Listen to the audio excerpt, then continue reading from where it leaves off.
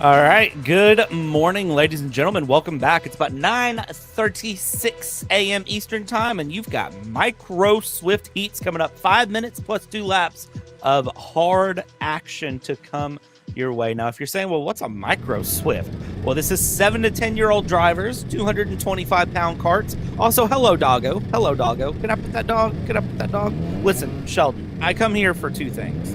One, it's to watch really good drivers race really competitively. Two, it's because there's always a dog somewhere to be found, and the dog very clearly wants to be let out on track. Thankfully, the owner says, no, you cannot go on track. However, I think a dog running a lap would also be fun. Good morning, everyone. Welcome to Kart Chaser. It's myself, Brad, here with Sheldon as we get ready to cover the heats and then the features here on a fun Saturday one-day event here with the K1 Circuit Indy Karting Challenge. The only question I got to ask you right now, Brad, is what the dog doing? Very clearly, the dog is a fast driver and is ready to go. I wonder who that dog was in a previous life. There's plenty of options, let's be honest. Plenty of options here as Micro and Mini now take on the track here. They've combined them through to run, so let's see very quickly how this gets going. They will take their formation laps out. They will form things up and get ready to party. Blake Martinez in the Minis up in the front, and James Fox is your Micro pole sitter. Boy, man, I'm excited to get to finally see some of the racing action here. It'll be good for us to learn what we need to be expecting here later in the day for sure. Lots of fast running. I can tell you that much. Lots of fast racing here as we pace through. They take their formation laps. When will the grid form up? Well, not yet, as they bring things through and around and get things going. Now it looks like they're telling them, keep it going around. You got another lap to get this run around here. They are not ready to form it up quite yet. Let's see here. Will they get to go? Nope. There is a yellow flag. They're going to be given another lap around. No green flags to go yet. And this is the fun of this track. Again, it's a very, I don't want to call it a simple layout because I don't want to say it's simple, but it's a very forgiving layout. Let's use that phrase. It's a forgiving layout here, which means that in situations like this, they can take an extra lap and it doesn't really cost them anything. Yeah, one thing that will be a little bit problematic, though, we talk about how it's, as you said, a little bit more of a simple, straightaway corner kind of layout. Problem is with that, if these guys do make mistakes in the race, it's going to be a long time before they can capitalize and get their bearings back, because you got these long straightaways. Once you lose that momentum, you're going to be in so much trouble because you're just going to keep losing it until you're able to get a nice corner in and get back onto your A game. It's a lot of time to think about what you did wrong. For sure, and you can tell the difference between the mini and the micros here. The micros have an entire formation lap pacing through. The minis were ready to go as soon as they were let out of the gate. And again, that is the age range here, the difference in class. The minis, again, 8 to 12, the micros 7 to 10. But when you have only 2 people in class and you've got significantly more through, they're ready to go. And look at that. The minis are being told, like, hey, hold up, slow down, give it time. We got to get everyone else caught up to you here before we can go. So they're being given slow down. Meanwhile, the other class is being given the hurry up. So trying to get things in order here around this K1 circuit. That way they can get all a fair start and ready to go. And you can see, again, they're being given the slow down cue here.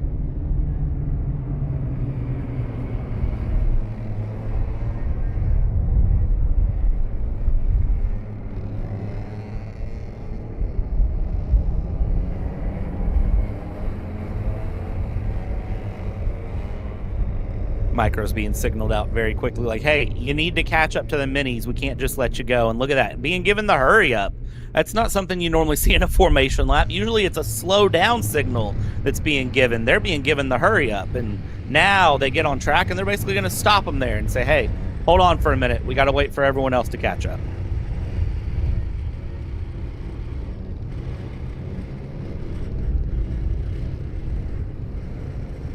These two up here at the front, they were just hoping for a good, clean race, not having to worry about the rest of them behind them, but does not seem to be the case here.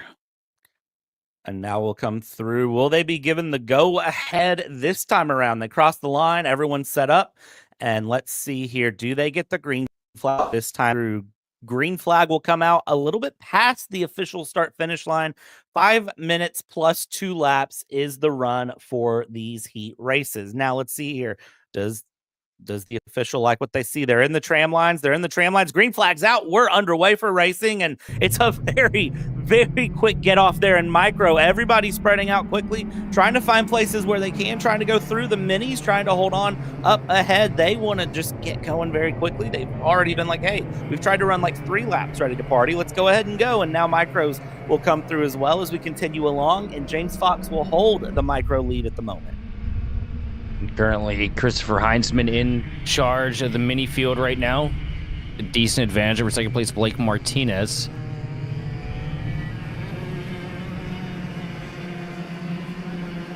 James Fox looking pretty dialed in here as he leads the micros across the start-finish line here for lap 1.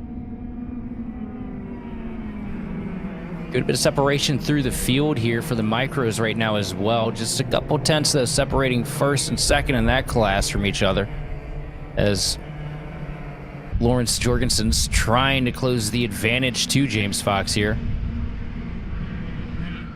Yeah, Jorgensen looks good at the moment. Let's see here. As you can see, the difference there between micros and minis, just a little bit of pace difference, trying to find something there as Christopher Heinzen is trying to find through. We come across the start-finish line, continuing around, and now it's down into that all-infamous turn number 2 where things kick off, and then into 3, 4, and 5. Trying to set up moves there, Fox is, to try to keep Jorgensen behind and see going through, and to the outside will be Heinzen. They're not able to clear that 757 yet, so they will just settle in behind and go through. Look at that. Jorgensen trying to get a move on Fox, but that number 12 of Fox able to hold off Jorgensen. They come across the line here. Already 3 minutes left to go.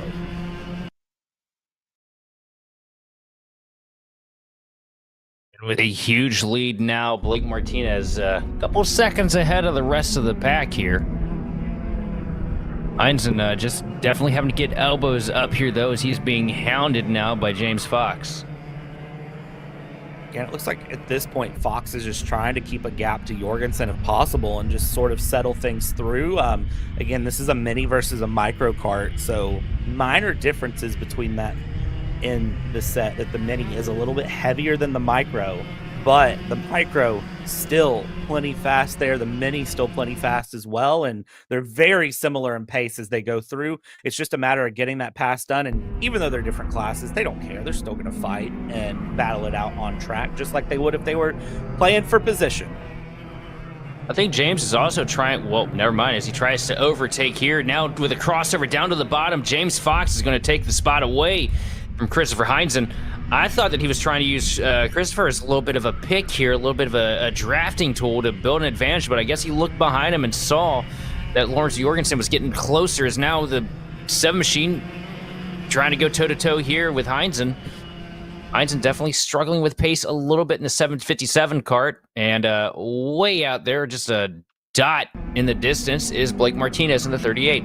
Fastest lap on the track is Martinez with a 37.7 as they continue along. Now we have the passes coming through thick and fast. That number 7 of Jorgensen finally, well, I almost said finally, but not finally, getting past Heinz in there as they go through. They'll go side by side down into turn number 6, bring it through, and that 757 of Heinzen will now be passed by Jorgensen. Guzman now wants to be the next one passed because Guzman only has about 70 seconds to try to get a pass done on Jorgensen. Maybe not enough time, but certainly going to want to try at least this run if possible here. Again, 5 minutes plus 2 laps to go, so call it about 3, maybe 4 laps to go here on the run, as now the fastest kart on track is James Fox with a 37.493. So time's continuing to come up, down, all around as we continue to run through. Just 30 seconds left to go in this heat. Again, plus 2 laps. And James Fox trying to go here for the overall, try to get past Blake Martinez. So got 2 seconds to close, though, to get to the back of the 38 kart. But I mean, you know, he's well on his way. He's got clean track in front of him. All he's doing now is just chasing the carrot to try and get to the 38 machine. And he's got a little bit of time to at least close in on that advantage a little bit, but I don't think he's got enough time to make the passes. We only have 15 seconds left. And look at that. We got a Mohawk. I was about to say, is that a Mohawk that I'm seeing? I saw the camera zoom in, and I was like, wait a second. I thought that was something wrong with the car. I think that's Maxwell in the 141 going through, so... And with a name like Diesel and a Mohawk on the helmet, can you really get any cooler than that? I mean, that's at least 15 extra horsepower, right? Maybe 100%. Maybe 5, but at least 15. I'm sure there's an aero effect for it that's probably kind of beneficial, you know? Lean your head. Yeah, give you a little bit of an advantage in the corner. I could see that. Martinez coming through. Time has dropped, so we're down to the 2 laps to go. It'll be 1 lap to go next time by. Fox there in second, Jorgensen in third. The 757 of Heinzen still holding off Guzman there in P4 and P5. Again, not the same class, but still battling it out for some track position as they go through. White flag being waved this time by. So now let's see here. Martinez just about half a lap to finish it up and has had a great run here today. Martinez going to be just good enough to hold off James Fox here as he works himself in the back straight away. Good pace out of the 38 machine here. Going to be one to watch as we close in on the later stages of the afternoon and evening. And across the line, Martinez with a great win there. And Fox will come across to take the micro win overall. And Martinez finished it up with the best lap of the race, by the way. Jorgensen there will finish it up in third. And Heinzen was able to hold off Guzman for fourth and fifth. Diesel Maxwell with that gorgeous Mohawk. Extra 5 horsepower to your kart. The 141 in P6 with Waite in P7, McNeely P8, and Miles Hale in P9 for your 9 karts in the Micro Mini Swift Heat.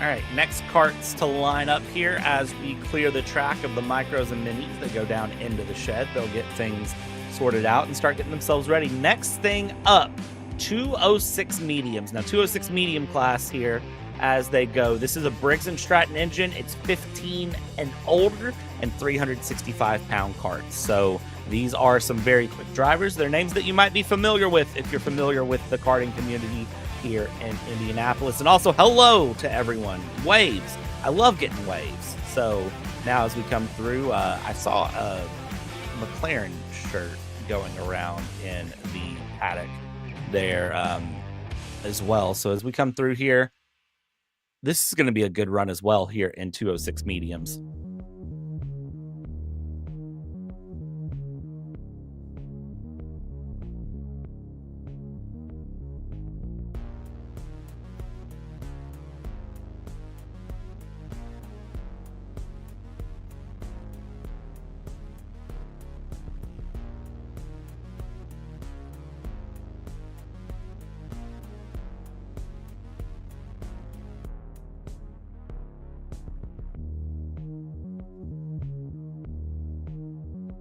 Gate is about to open to let the karts out for their run.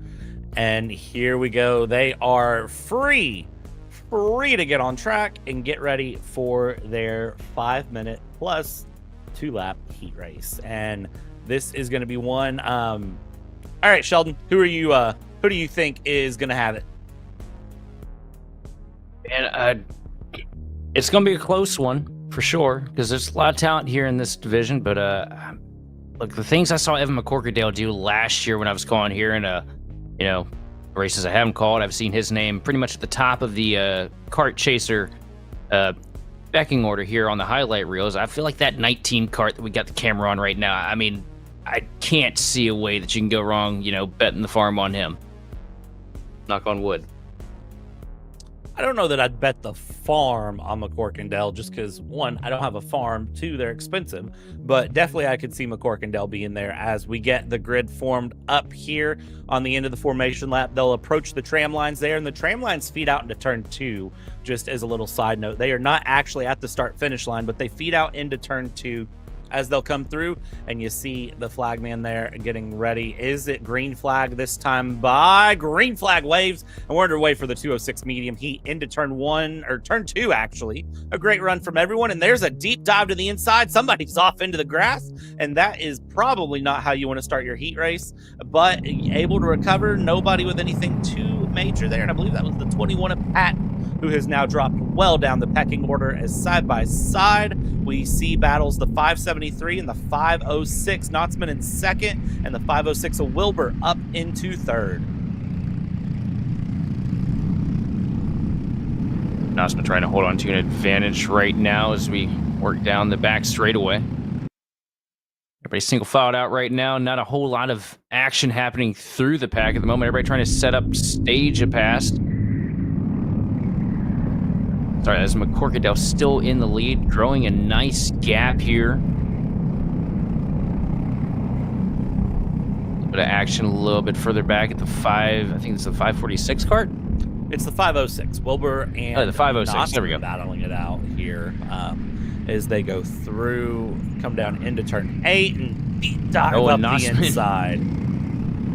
Knotsman trying to get aggressive here, sends it deep into the corner, not able to maintain the momentum though coming off.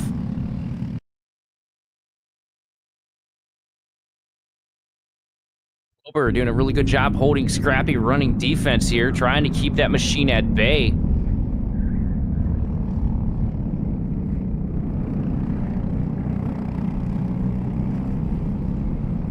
The Nosman trying to peek, try to find some kind of advantage. Now going to tuck up into the slipstream of the 506 Kart here down the back straightaway. See here as they come through that 506 of Wilbur looking good. Wilbur actually on pace. Last lap was slower than Knotsman. Let's see this time by if that is actually the case as they cross the line, and faster by just a couple hundredths. But you know, you look at them running 39.0s, 39.2 that last lap from McCorkindale. So I mean, we're continuing to see times just accelerate up and get faster as Wilbur is a second off of our race leader McCorkindale. But I think that time can close pretty quick. I think that can get a lot more competitive as they come through. I have a feeling we might be watching a three-way battle for the lead by the end of this heat. I can tell you though, Ketchum's one thing, Passham's another. 2 minutes and 30 seconds left on the board.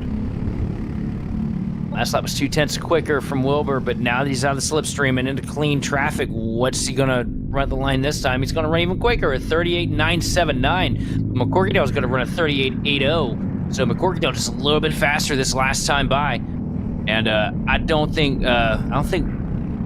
these guys are done battling here for second either. Oh, not at all. This is not going to be done until it is done. So let's see how they go through down into 6. Great run there. And now we head down towards 7. Again, that hairpin up at the top, and then the nice wide sweeper at the bottom here of 8. Try to use all the curb you can, but be a little cognizant that if you go too wide, you're just wasting time.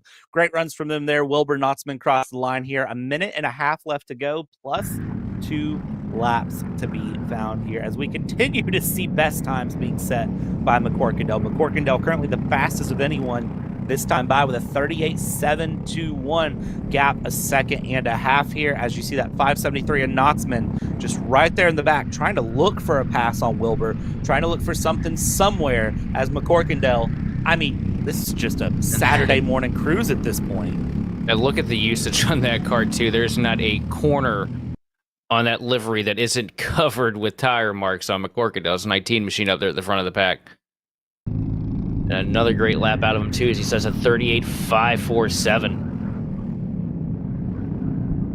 Looking back, Wilbur and Knotsman still battling it out here as they go. That 573 and Knotsman just tried to go for a pass in turn 2 there in the back of the picture. Wasn't able to set anything up. This time by, though, looks really good down into turn 6. I thought it was going to be a dive up the inside, but no, not to be found at this time. I thought there was a dive into 7. Just sizing things out here. 30 seconds to go. Let's call it 3 laps where they stand, I believe, as they come around here. I don't think they have a chance of catching McCorkindale.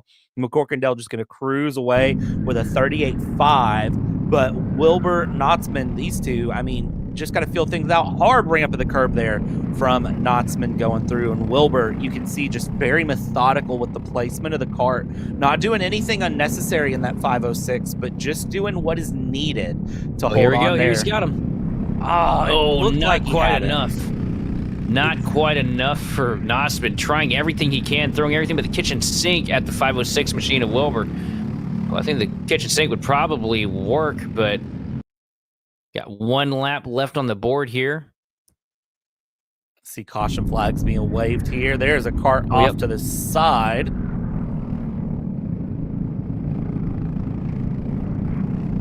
Another deep dive to the bottom here for Knotsman, but not able to make anything of it as Wilbur and him are just so matched on pace right now.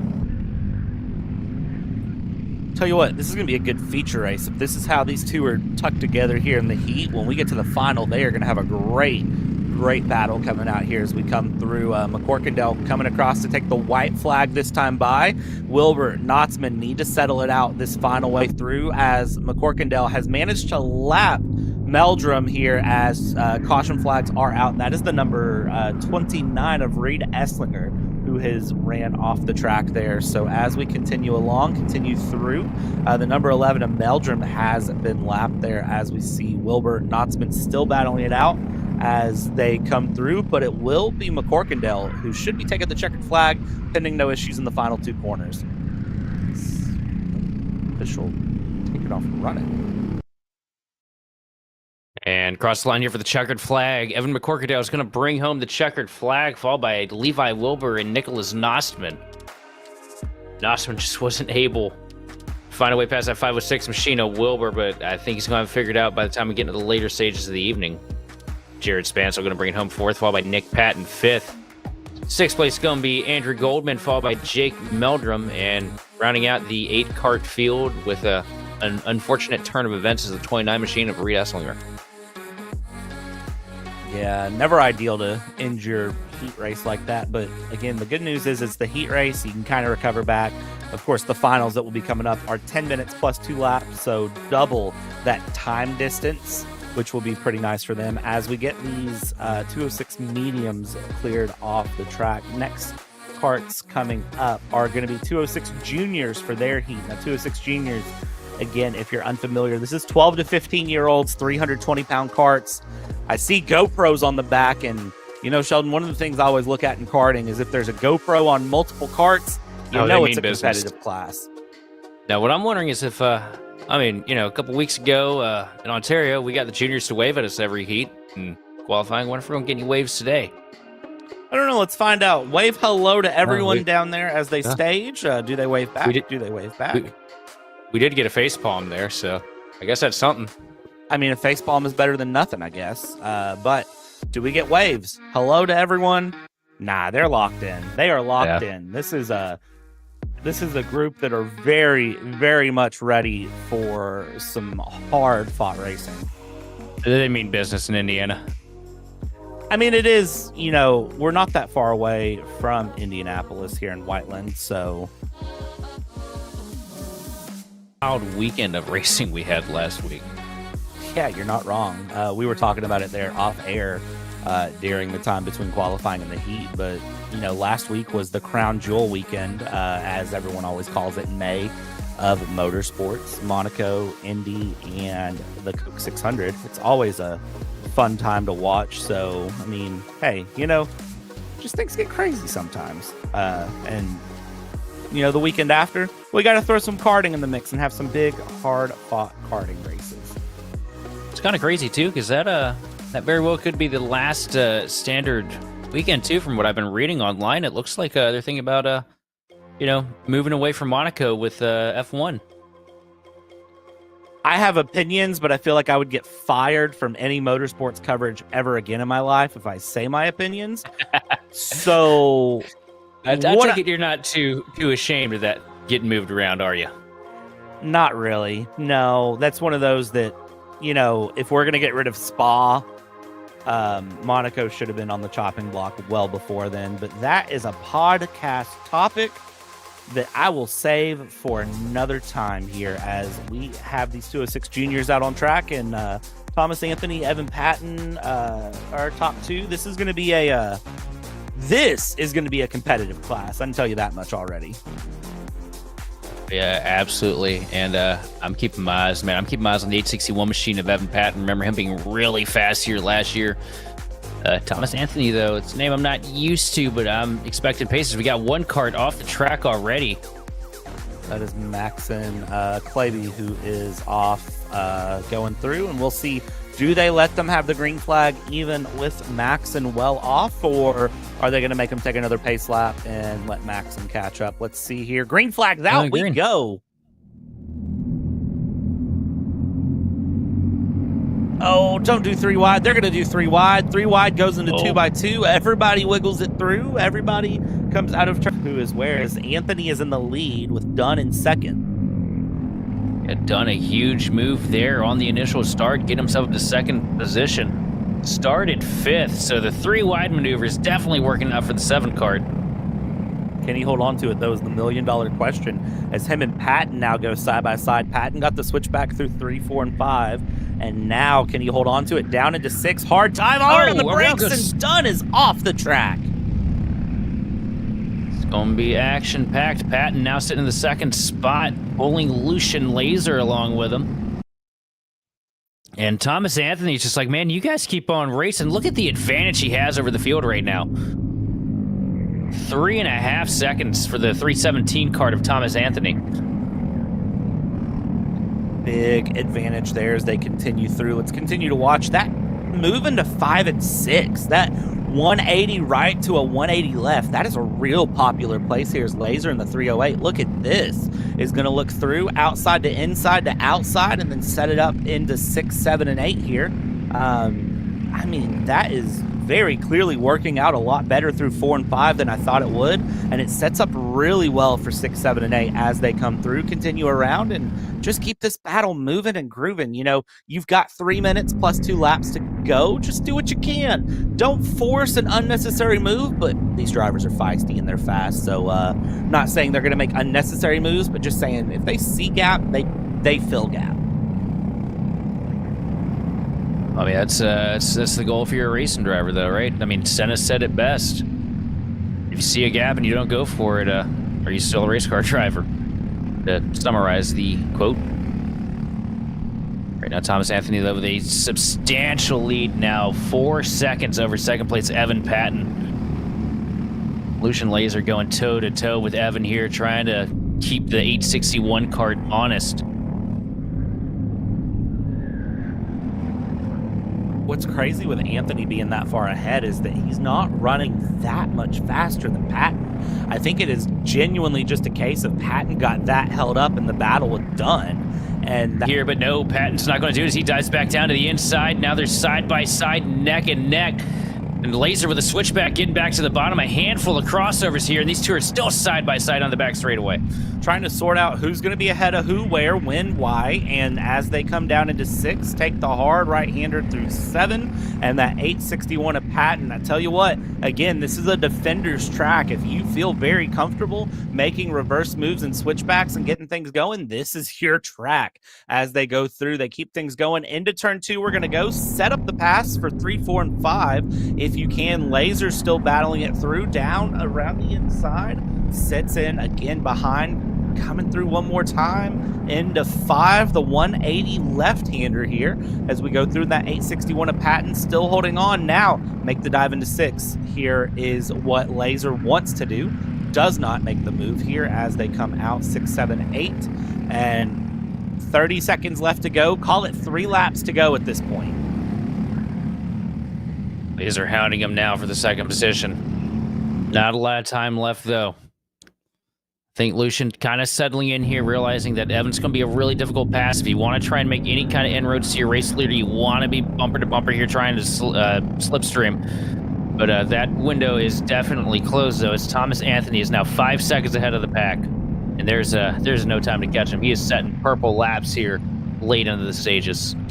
Anthony just gone. Adios, sayonara, see you later, good night, as we still watch Patton and Laser battle it out. The rest of the field here has spread out a little bit and gotten a little bit more comfortable. Santos and Nash Turner are a little bit close there in the 34 and the 24, but really Patton and Laser, this battle for second place, as Flagman now gives the signal 2 laps to go this time by as they come through. There is your leader, Anthony, already coming out of 5 as Patton and Laser were just now running in through turn 3. I mean, that is a big gap there as Anthony will take things through. And I mean, you got to say, it got away from the grid on pole. And as soon as they started that hard racing in the background, kind of just an uncontested run for him there. I mean, and also we've watched this lead grow. It's not like these guys behind him were able to, tuck tail and work together and close on him. I think Thomas Anthony, regardless of all the chaos on the grid or not, would have still had this, a ridiculous advantage by the end of this thing. These guys just running side by side and running hard at the start made it a little bit easier for him to slip away on the initial. Yeah, and this is going to set things up well as we see a possible pass coming there from the 308 of Laser. 861 moves hard to the inside to defend. This is the last lap. This is the best lap. Let's see if a last lap pass is in the cards here for Lasers. They go through. Anthony on the bottom of your screen there will come across to take the checkered flag and win this 206 junior heat, but this battle for P2 will not stop, and as they come across the line, Patton Laser, and it is going to be Patton ahead of Laser there. You see the flagman just take a gentle step to the side as Patton, Laser, and then Santos. LePen does get past Nash Turner in the end for P5, and then it's Wade, Klebe, Seward, and Parker Dunn there in the 7, who was battling really hard up in the front, ends up finishing last on the field here in the 206 junior heats. Yeah, what the battle for second is definitely going to be interesting to keep your eyes on here. Thomas Anthony, just so much pace, 6.6 seconds to wind the thing down after 9 laps. And his best lap on the last lap, too. That's crazy. Crazy quick here. Next class coming up here, Sheldon. This is going to be the 206 Legends and Supermasters running their heat, and this is a class that should be very, very good. Again, this is those Briggs & Stratton 206 engines. Legends are ages 50 and up. Supermasters, for those of you curious, are ages 60 and up. All of them running 375-pound carts.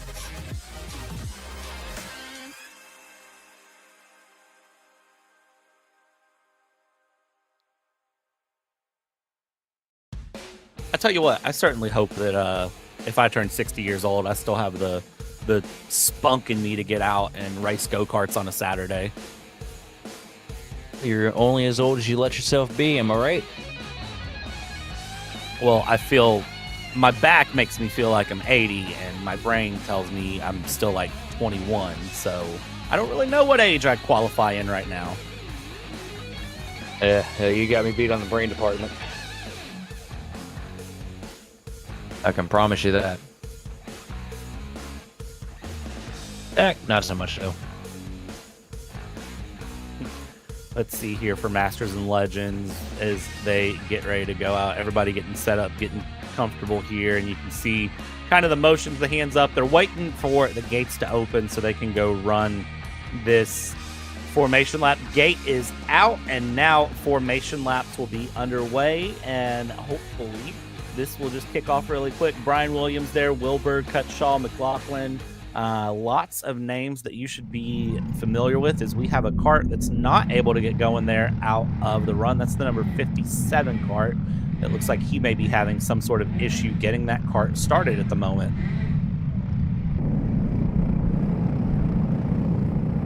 Way to start this heat off.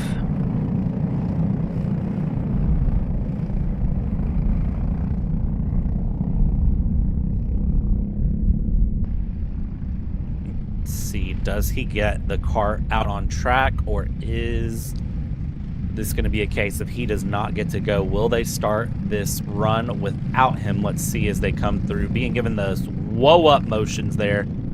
Slow down, relax, and let's get ready to go here as they're running very, very slow through the formation lap here out of turn number 8. And again, the tram lines go into turn 2. The tram lines do not start out at turn 1, as now oh, there we go. We have the 57 out. Let's see, does he just tag into the back of the pack? He certainly will here as they go. That is Chris Whitaker going through. Everyone formed up into the tram lines. Will they get the green flag this time by? And green flag is waved. We are underway here for 206 Masters and Legends. Into turn number 2 they go. Great run there in the lead. Wilbur 3 wide there into turn 3. That's becoming a very classic move. 2 carts around, 3 carts wreck.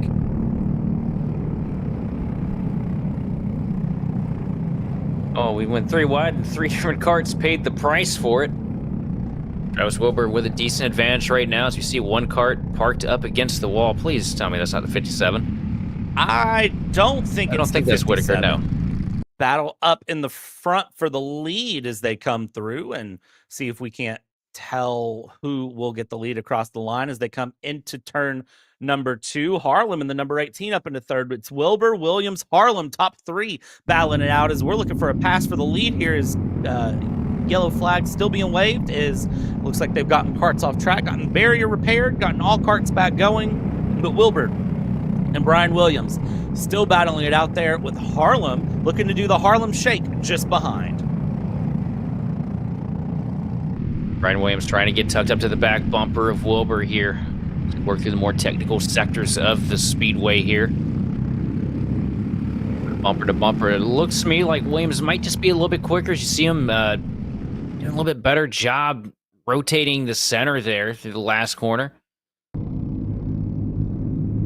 And look at that. It's paying off, too. You see the momentum as he gets all the way up to the back bumper coming in the first handful of corners here. Great run from him there, coming out of turn number 5. Now down the backstretch we go. Let's see what happens here as that 75 tries to settle in a move on the 712. They're stretching that gap out to Harlem, which is really what they want to see and what they want to do. And as they come through turn number 8, this is the question for me. 3 minutes left to go. Are they going to be nice with each other, or are they going to battle it out really, really hard and let Harlem start to close in? Gap 2 seconds there as they go through, and now down into turn 2, down into turn 3 we go. And it looks like at the moment, Wilbur just not looking behind at all. Taking off, taking away.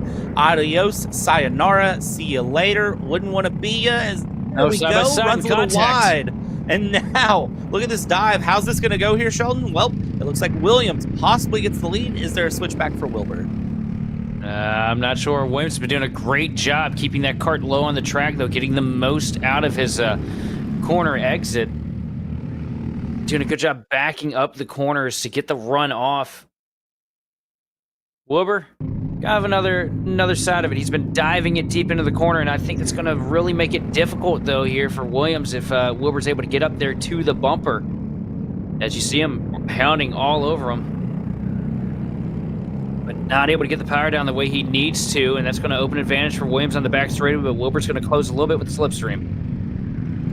Closing up the slipstream there. Great move there from Wilbur, trying to close things up on Brian Williams, coming through 6 out of 7 out of 8. And again, they are just trying to battle it out here. 1:40 left to go. Call it about 4 laps at the moment here, as they're running about 39-second laps up front and bring it through as they go. Let's see here. Brian Williams, just great defensive move there. He's got a very good line on this track. You can see the difference there that they take through turn 4, that first 180-degree right-hand hairpin. When they run that difference, is there's the point by from the 82 of LeMasters, now a lap down as he will settle in, lets the leaders through. Great sportsmanship there. Great move to let them through before the corner as they will come out of the final corner. And now let's see here, 60 seconds left to go, and it is going to be scored. Brian Williams ahead of Wilbur by 3/4 of a second now. I have a feeling it's this battle for the lead, for the moment at least. Brian Williams definitely showing that he is the faster kart. Lost a little bit of time there, though. Hit the curbs and kind of bottled the kart up a little bit. Able to get back to it, though, here down the back straightaway and stretch that advantage out just a little bit more over Wilbur. And what I'm seeing out of Williams is just he's doing such a great job. You know, he's not really being all that flashy. Just keeping that kart pointed in the right direction and just, you know, persistency and patience. And that's where I think the speed advantage is coming from for the 74 machine. Yeah, and keeping that move going through here. So they will get 3 laps to go here this time by, as the time will tick off in about 3 seconds from when I said that. And now Brian Williams, Wilbur gap, it's gone down a little bit. Nowhere near enough, as 39.5 to a 39.4 last lap there. Again, that little bit of curb difference, but we'll see here. Does that time continue to drop here with 2 laps to go? Flagman will give the 2 lap to go motion there, holding the whites and the checkers together, moving them side to side. That is your indication of 2 to go for the drivers. Gap over a second as a 39.0 comes out of that number 75 car to Brian Williams in that 206 Legends class here as they go. And I'll tell you what, that is a great run to go. He'll take white flag next time by, and he's going to be feeling really good, as that's another kart spun. Man, they're having a time here, as that is the number 1 kart of Cutshaw, who is now being pulled off track. Well, I mean, they're having a time here, but I also have to say, I mean, we can see up here in the booth, too, as we take the white flag, this isn't, you know, the easiest circuit to get around in the world. A lot of character, fairly well-weathered asphalt, really makes the track a little bumpy, a little treacherous in some places. You see we got patches in some parts of the facility. And there's a lot of variance in grip through the lap here at Whiteland Raceway Park, and it, you know, can catch you off guard here and there. That it can. Right there, you see how sideways the karts are, and they're doing that while they're porpoising over the bumps.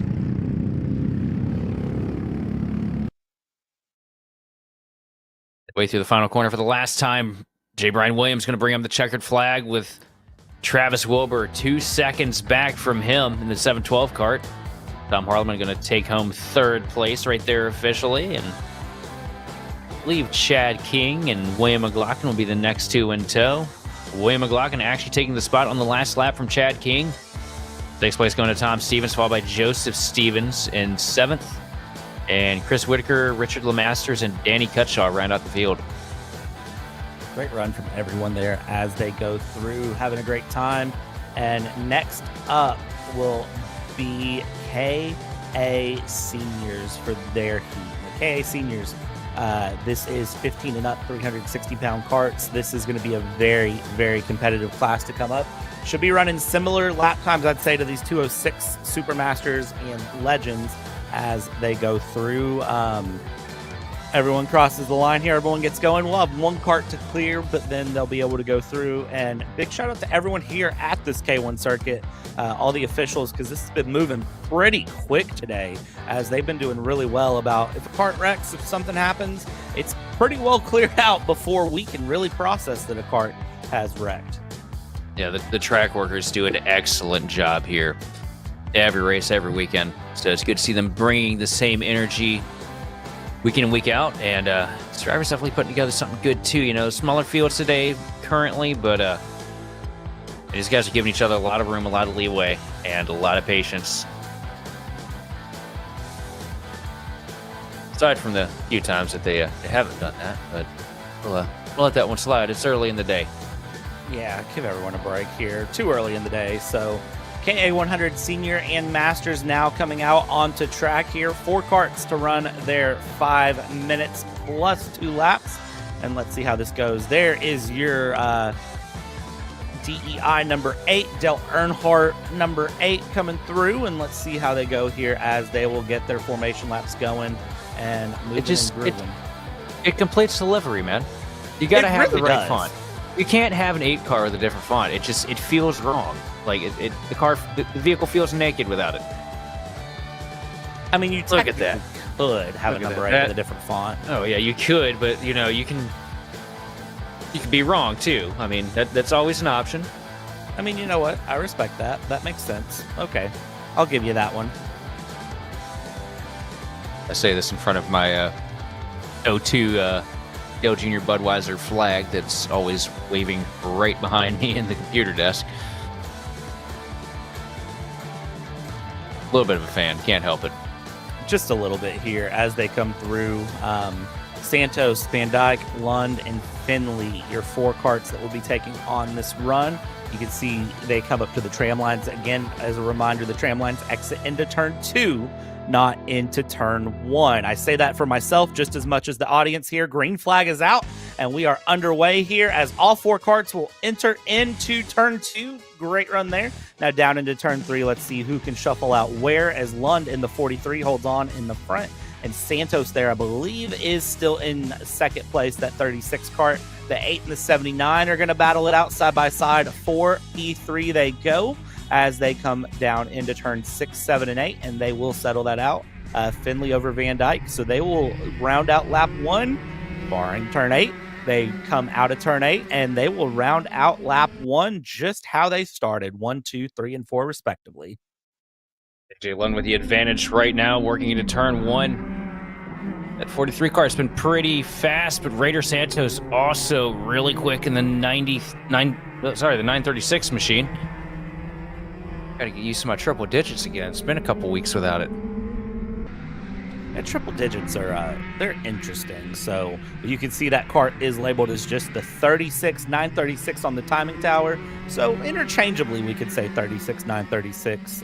Just depends on what you're really looking for. Crossing the line, 34.9 to a 35.1 was the lap times there. And Van Dyke with a 35.8, 36.6 for Blake Finley there in the number 8. So still really trying to find a little bit more pace out of that number 8 car as he goes through, but looks like he may be catching up there to Van Dyke pretty quick.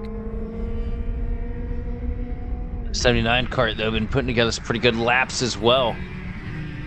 good deal of separation between these two. They try to work themselves back up to the front of the pack. Currently, AJ Lund trying to run away with the gap now, 0.6 of a second separating him from second place, and 2.5 seconds separating him from or Dane Van Dyke from Raider Santos. Looking good here as he rounds out turn 4 and turn 5. And they'll continue the gap going there. I think Santos might be able to catch up, honestly, to Lund if Santos can just find a little bit of pace. Because the question for me there on that 43 is how long can he keep the pace up that he's got?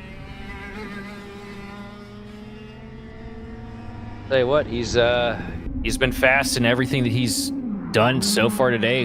Why not keep it up for the heat? But now Santos starting to close in as he runs the purple lap, that last go around, best lap of the race.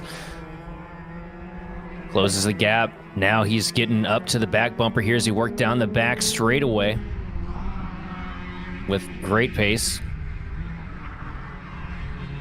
Here comes the 36 machine now, looking to the inside, trying to get an advantage over the 43 of Lund. Now the final corner down the front stretch. And they're going to be side by side into the first corner, and it's going to be a deep dive into the corner, and he's going to try to complete the pass, but not able to do it as Lund backs it up and allows him to blow through the corner, and he takes the spot back. AJ Lund back in the lead, but here they are bumper to bumper again as he worked back down the back straightaway.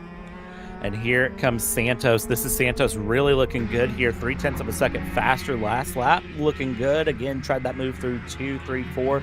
Couldn't set it up that time. Will it be a setup this time through 2, 3, and 4 as he comes through? A bit more of a gap than there was. Let's see. He tucks the head across through turn 1. Not close enough to try side by side through 2, but certainly close enough to say that there's some pace there to be found. Down into 3, 4, 5 they go. Still closing. Still closing. Still closing a little bit more here. Let's see what there is to give. Trying to find things through, and again, just not close enough. Yeah, AJ gives up time through 3, 4, and 5 and pulls it all out coming out of turn 6 and gives him a huge slingshot down the back straightaway. And that's just, I think he's just being really calculated, trying not to overheat those tires too much. As you see Santos get back to the back bumper here as he work out of the final corner. Up over the curves a little bit for Lund there. That's going to bottle him up just a smidge. The karts don't seem like they like the curbs here this week. Santos going to try and get everything out of it, though, using the curbs to try and help rotate the kart now to the back bumper again on the back straightaway. Still not able to get the pass done. Still trying, still not able. Had a great setup there earlier, but wasn't able to make it work. It'll be 3 to go this time by as they go through. 20 seconds left to go on the clock and down into turn 2. I mean, you've got a little bit more time to set this up, so maybe there is just some patience coming into play at this point as they go through and follow along there. In third place, Van Dyke catching up a little bit. He's closing. Cue the Jaws theme. Here comes the 79. That 79 catches up here in the final 2 laps and blows them out of the water. I tell you what, that'll be the tell of all tales. I don't care what happens in the final race. That right there will make this a storybook ending here as they close up. Gap 2.6, they cross the line. Gap comes down to 2.5, so gaining a little, but just not enough time, I think, there as we are on 2 laps to go. Santos and Lund still battling it out here. They are still the order as they've been. Lund over Santos. Santos, you got about a lap and a half to make a move. You got to make it count. Santos all over the back bumper now, trying to plot his next move. Looking for an opportunity, looking for Lund to make a little bit of a mistake so that he can get the door open and make the pass. White flag in the air. Final lap here for the Senior Master Heat. And Santos is all over the back bumper of Lund as we work in the more technical section of this track. And here he comes with the dive down to the bottom into 6. This is going to be enough. No, he clips the curb, loses the momentum, and Lund's going to slingshot by on the outside. Okay, you have him move into 6, 7, 8, though. He certainly looks good here through 6. Takes it a little bit wider through 7. Is going to try to take it a little bit tighter through 8, but runs the curb. The karts don't like the curb. And now coming across the line, it will be Lund who wins there over Santos, Van Dyke in 3rd, and Blake Finley will take it across in 4th place. Not actually 8 laps down, but is going to be scored in fourth there. Lund Santos, great battle. Van Dyke ended up closing it up to 2.3, so had a great run there, closing things down. Lund and Santos are going to be fun to keep our eyes on here later on today. That they are. That's going to be a good battle to watch through the heat now, or through the finals. Now, the finals are 10 minutes long plus 2 laps, but we got a little bit of a gap here before our micros and minis come out to run their finals. So, ladies and gentlemen, we're going to step aside here, take a little bit of a breather, and we will be back once we're ready to run these 10-minute finals. Don't go anywhere here on Kart Chaser.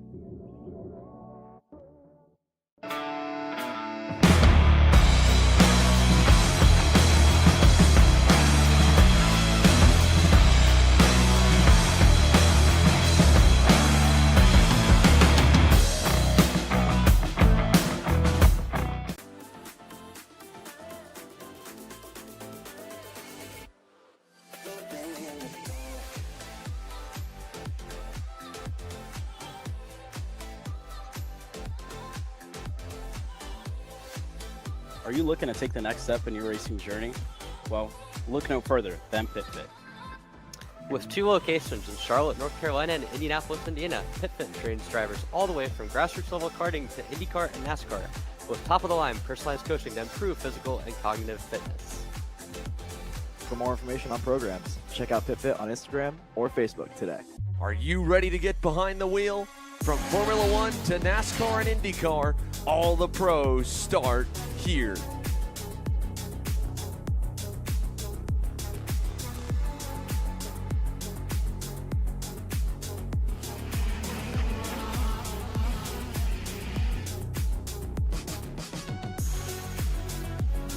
For more information, check us out online at mcckarting.com or call us and go racing today.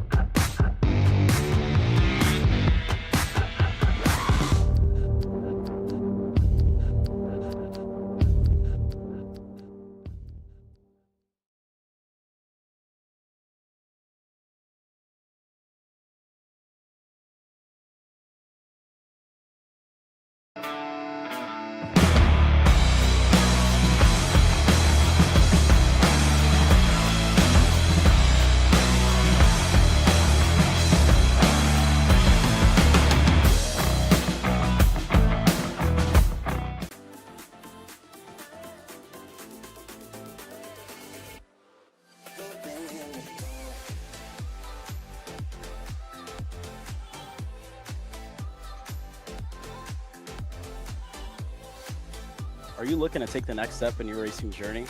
Well, look no further than PitFit. With 2 locations in Charlotte, North Carolina and Indianapolis, Indiana, PitFit trains drivers all the way from grassroots level karting to Indy Kart and NASCAR with top-of-the-line personalized coaching to improve physical and cognitive fitness. For more information on programs, check out PitFit on Instagram or Facebook today. Are you ready to get behind the wheel? From Formula One to NASCAR and IndyCar, all the pros start here.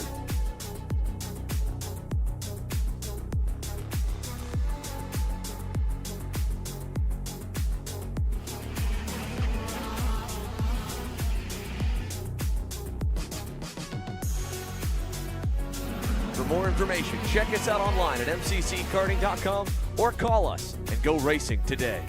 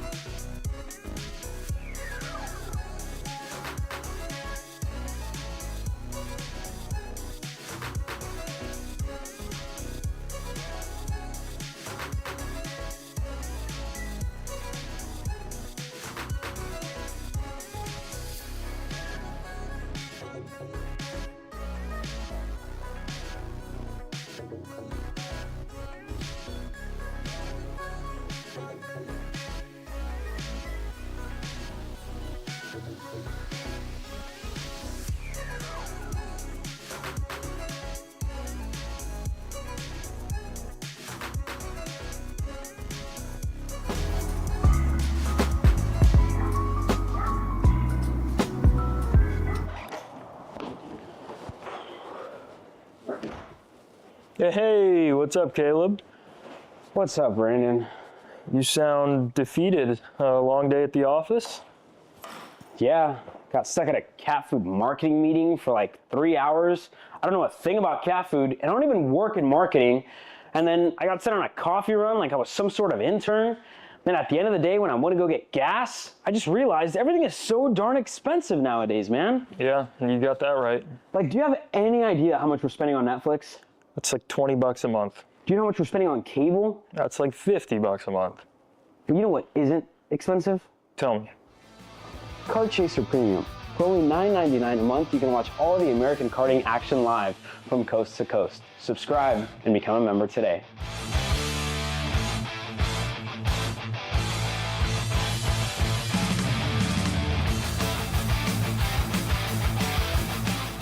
Paulie Massimino wins in KA. Paulie Massimino is a winner in OKN Stars. Take your driving to the next level with one-on-one coaching from 2024 OKN Stars champion Paulie Massimino. Kart rental options are available if you'd like to keep yours at home, and drivers in all classes are welcome, from Briggs 206 to Mini to K100 and X30. With in-depth data analysis, onboard video footage review, and lead follow on-track sessions, each private coaching session will see you end as a more complete driver than when you started. Book your coaching session now. This is Henry. Henry feels sad. Henry feels sad because it's time for his next big race and his go-kart is in bits. Henry doesn't know that Acceleration Kart Racing is the United States' #1 shop for all of your karting equipment needs. Henry also doesn't know that Acceleration Kart Racing can deliver anything from tires to race suits and even wheels directly to your front door or to the racetrack itself, quickly and efficiently, with tech support available 6 days a week. Poor Henry doesn't even know that Acceleration Kart Racing offers free shipping to mainland USA on selected product if you spend $200 or more. Do yourself a favor. Go to accelerationkarting.com and make sure that you are never left stuck on the pre-grid with Henry. Be smart and don't be like Henry. The K1 Circuit Semi-Pro League. This is a competitive race series with 2 classes. Junior Series for those who are under the age of 18, and the Senior Series for those who are 18 or older. If you think you have what it takes, come out and prove your skills on League Night. Both schedules are live on the K1 Circuit website. Your Kart Chaser live feed will resume shortly.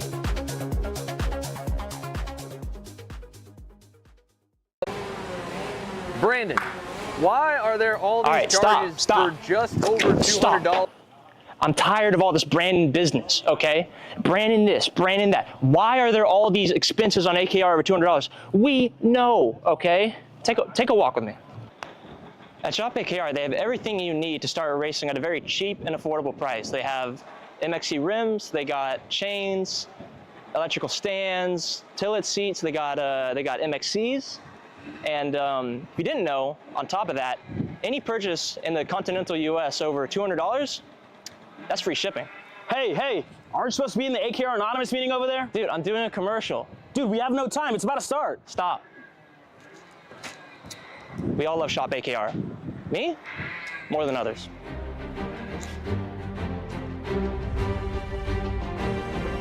What do I get at Shop AKR?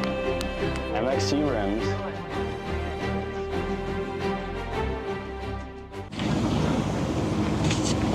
Kyle, what are you doing? It's got my new Greyhound seat. You don't even have a cart. Doesn't matter. I have a Greyhound.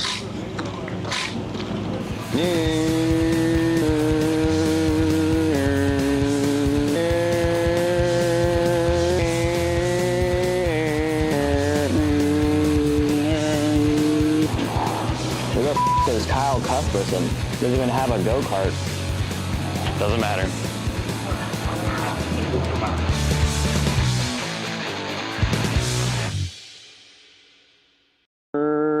Cuthbertson through on Turney. Turney in the dirt.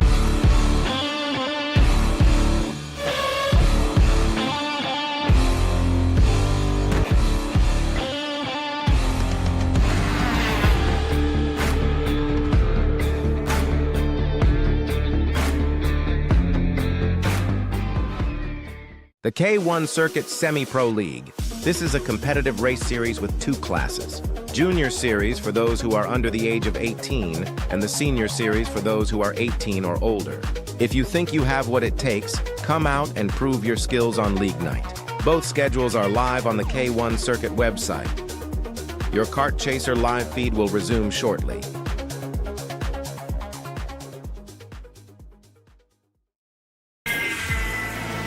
Florida Kart Racers, you asked for it and we're going to bring it. Introducing Florida Karting Championship, FLKC, a brand new racing series coming to Florida in 2026.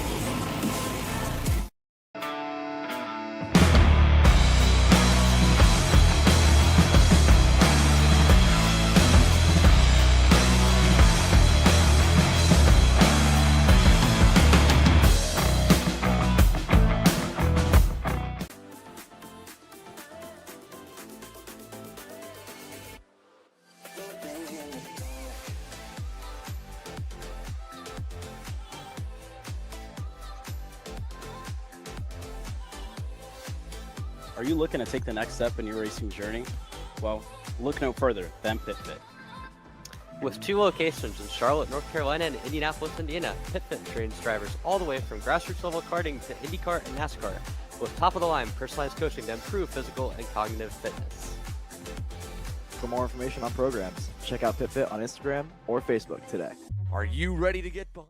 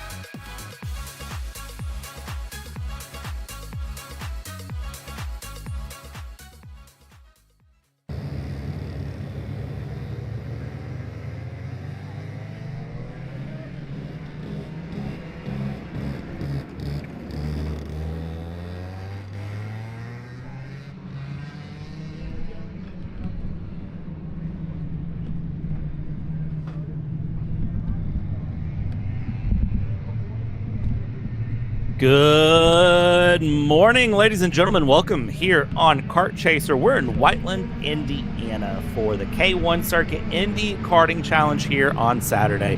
You got minis and micros coming out. Now, if you remember, the minis and micros, they had a hard time with the formation lap. But it looks like this time, they got it mostly figured out. We'll see here how they go. This feature race, the heat was 5 minutes. This feature race is going to be 10 minutes plus 2 laps. So we'll see how they get things together here coming through. This is going to be a good run. They come through again as a reminder for everyone, myself included, because I will forget otherwise. The tram lines run into turn number 2, and compared to how they ran through for the heat race here in the feature race, they are slowing it way up. Let's see. Green flag comes out. We're underway for mini and micro final. It's a great getaway from everyone here, and let's see how they get out through turn 2. Down into turn 3 we go, side by side there for third place as they go through. That's Jorgensen and Fox that will battle it out here. And Sheldon, I tell you what, they're back, they're going, and 10 minutes, we'll see how they handle. Right now, Martinez with the advantage.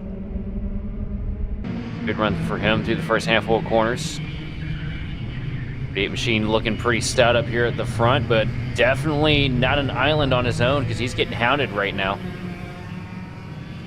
And this is going to be the interesting one to see as they cross the line here. So it's Martinez to Fox with Heinzen and Jorgensen. We watched those two battle.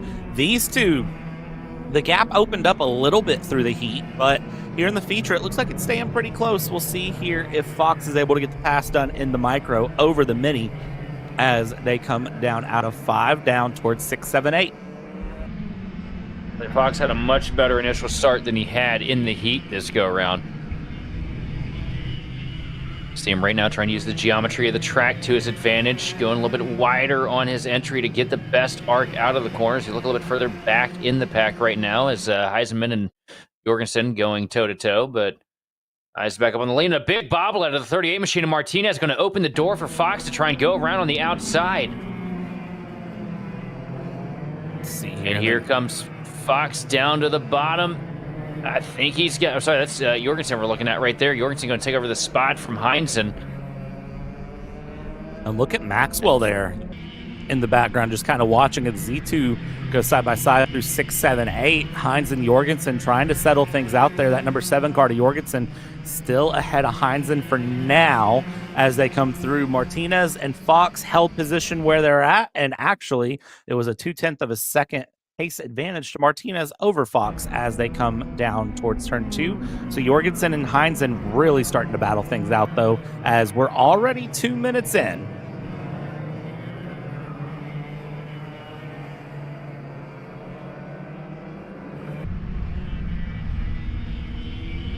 Martinez trying to build a gap right now over James Fox as we look at these two go toe-to-toe. Fox starting to lose a little bit of time here. Martinez just looks like he's got a bad fast kart and knows exactly how to use that loud pedal to his advantage.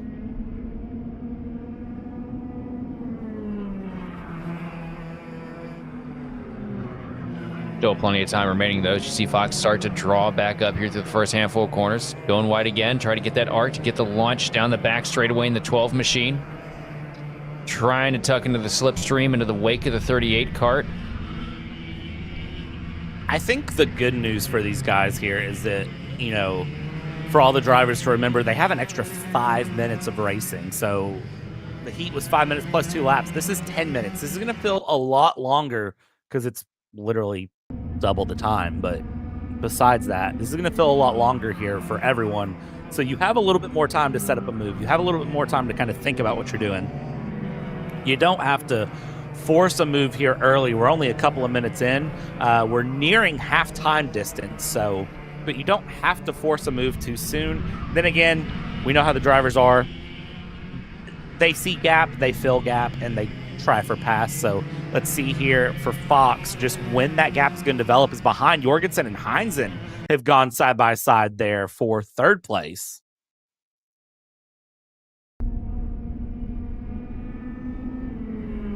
Martinez not able to build much of a gap over Fox, as Fox is still hounding the back bumper of the 38 machine.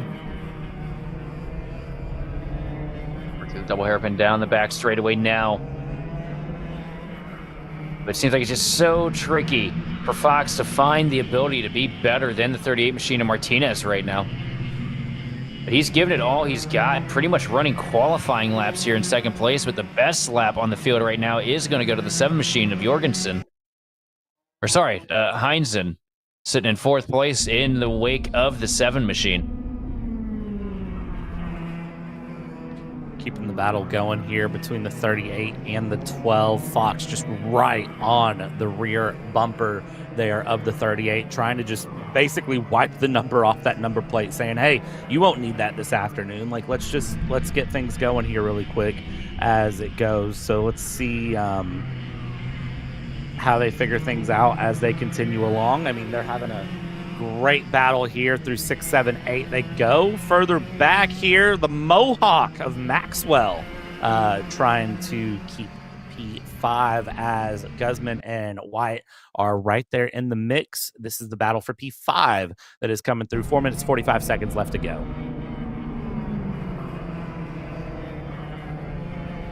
I gotta give it. Oh, here we go. Maxwell now under fire as Guzman tries to look to the bottom, not able to make anything happen. Maxwell going to use the inside lane on the next corner to pull out.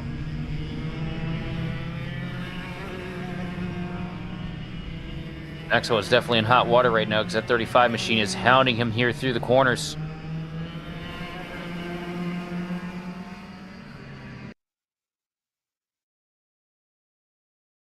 Battle continues along here. Let's see Maxwell. Maxwell, again, that Mohawk, that extra 5 horsepower, that's all it takes. So when you get that extra 5 horsepower, that really helps you just run through, run away, have a great time, and keep the battle moving and grooving here. Still defending it out and doing a great defense there as they run around and continue along here into 6, 7, 8. Maxwell, Guzman, and Wyatt still there. Wyatt really just looking for the advantage. If these two get battling, then Wyatt can just sort of slip in, get the pass done, and have a great time with it. Let's see here as they come down the main stretch. 3.5 minutes left to go. Maxwell really gets the run out of 6, 7, 8, but it's right here where he's really in trouble through 4 and 5 respectively. Through 4 runs a bit wide. Now in turn 5 taking a little bit different of a line there, and Guzman will try to tuck in. Not close enough to get the pass though. They're difficult to put the momentum down coming off the corner as low as Guzman is there to try and get to the inside. So I'm going to have to stage it at the end of the straightaway, I feel, to be able to make the most of it, to get the run to pass him.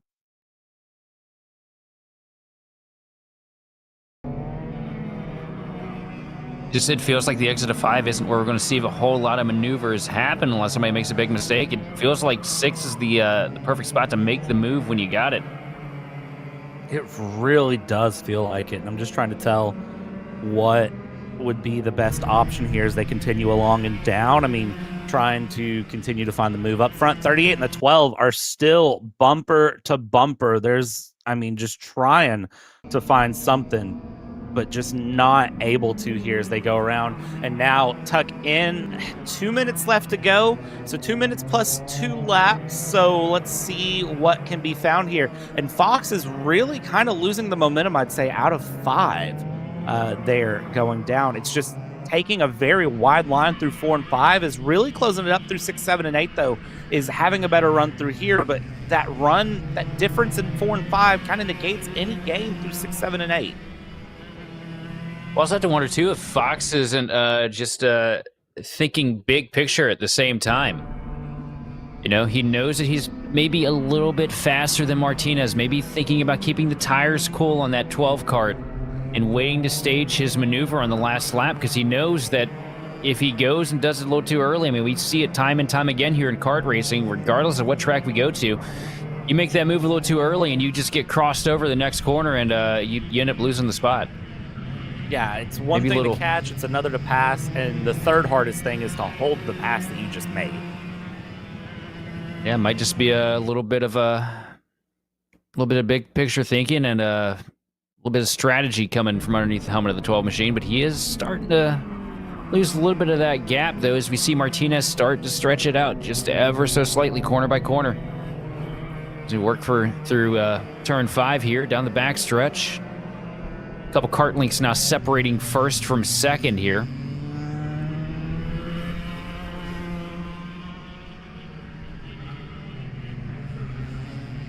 Try to hold on here as they go through first and second, Martinez and Fox, and battling it through further back. Again, Maxwell holding off Guzman and Wyatt. That gap has opened up quite a bit more as they continue through and continue to battle, doing a great job there. And let's see, as they cross the line, this will be 3 laps to go for everyone.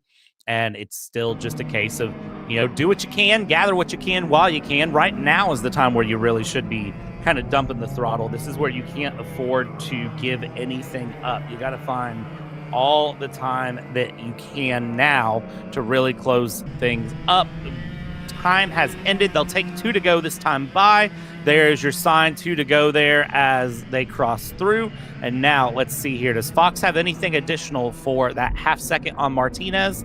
We're going to find out because it's this lap plus 1 more. Time is definitely running out for Fox if he wants to make it happen. He wants to start setting up this next maneuver here really quick. Because you've only got just a little over 38 seconds to get this thing done now as we get ready to take the final lap here.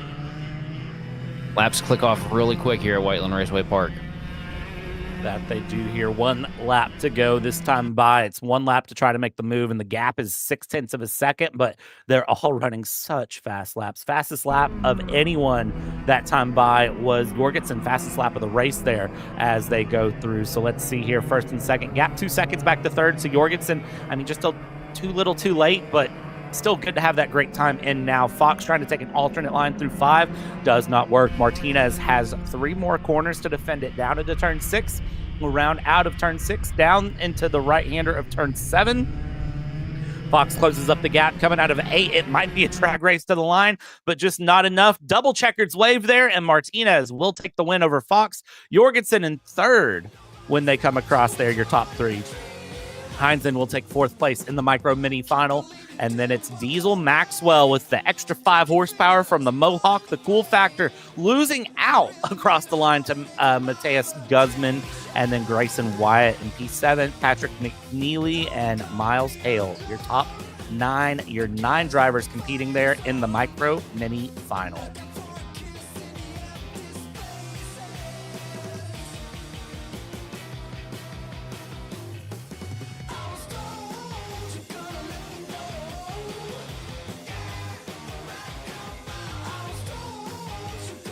That was a good run from Blake to just hold on every challenge that James tried to put to the back of that 38 kart. He was able to counter it and just to be able to get the job done. Because James Fox was definitely throwing a lot of pressure to Blake Martinez that entire race.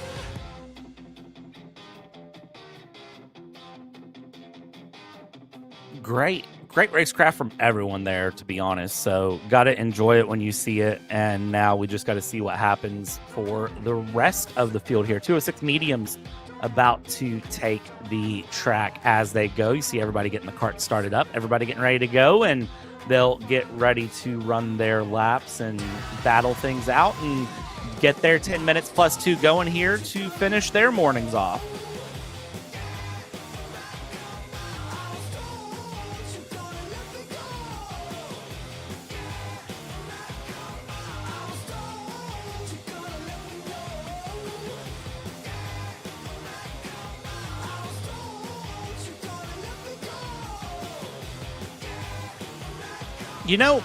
I don't have the info on this either, Sheldon. You may, but I don't. I kind of wonder how many of these drivers running this morning are also going to be running in a class this afternoon. So is this just kind of all of their warm-up for the morning to get ready for the afternoon to just come out and swing for the fences a second time?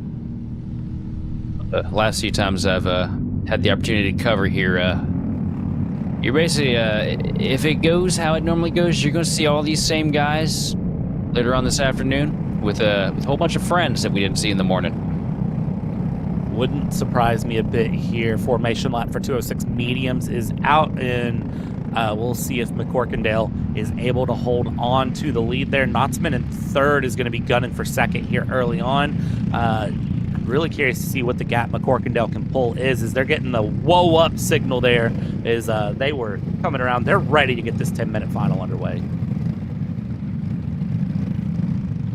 I don't think that Evan and Levi know how to go slow around here, you know?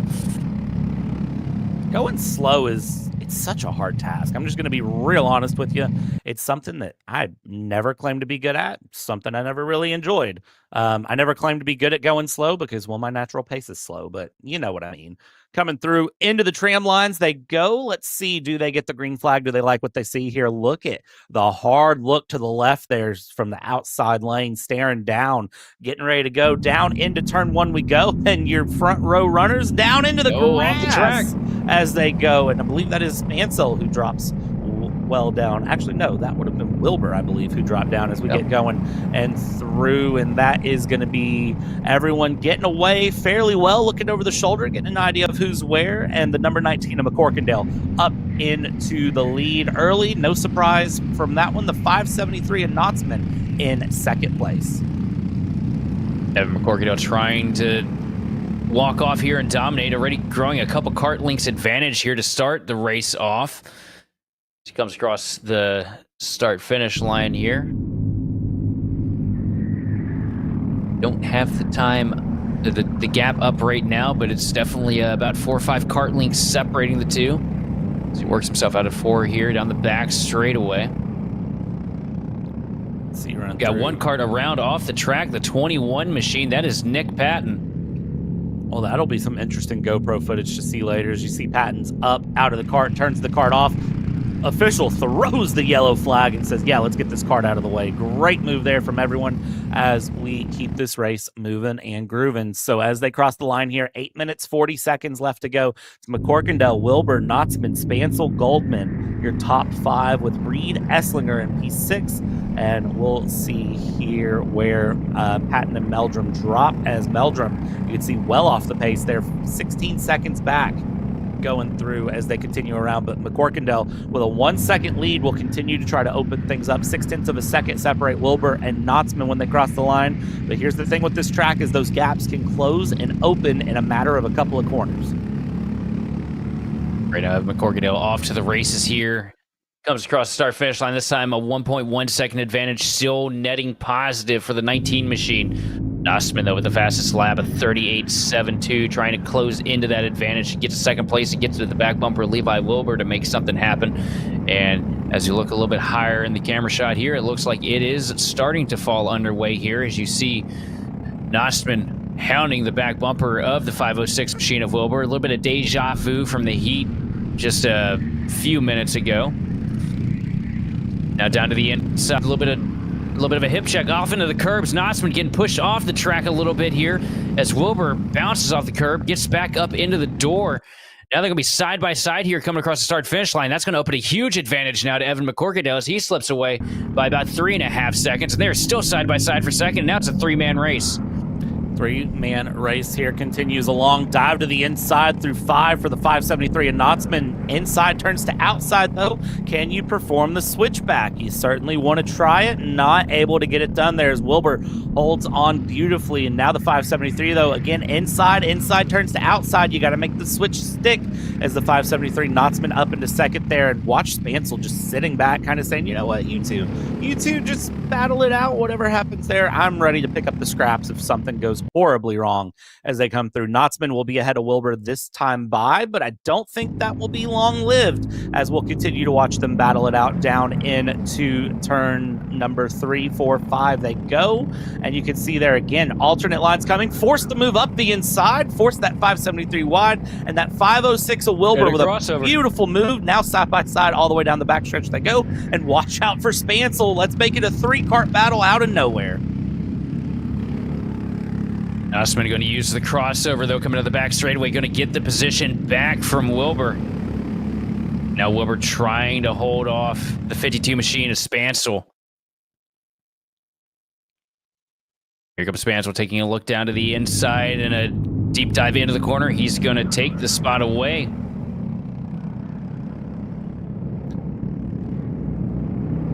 these guys just don't know how to leave each other alone at all. And as they continue to battle, though, look at that gap to McCorkindale. 6 seconds the gap, and continuing to open, because the more they battle, the more it lets McCorkindale just kind of settle in, keep running the rhythm, and go through. That's McCorkindale off the bottom of your screen with the green helmet, as these three are just now coming into turn 8. McCorkindale will probably be all the way around entering turn 2 there.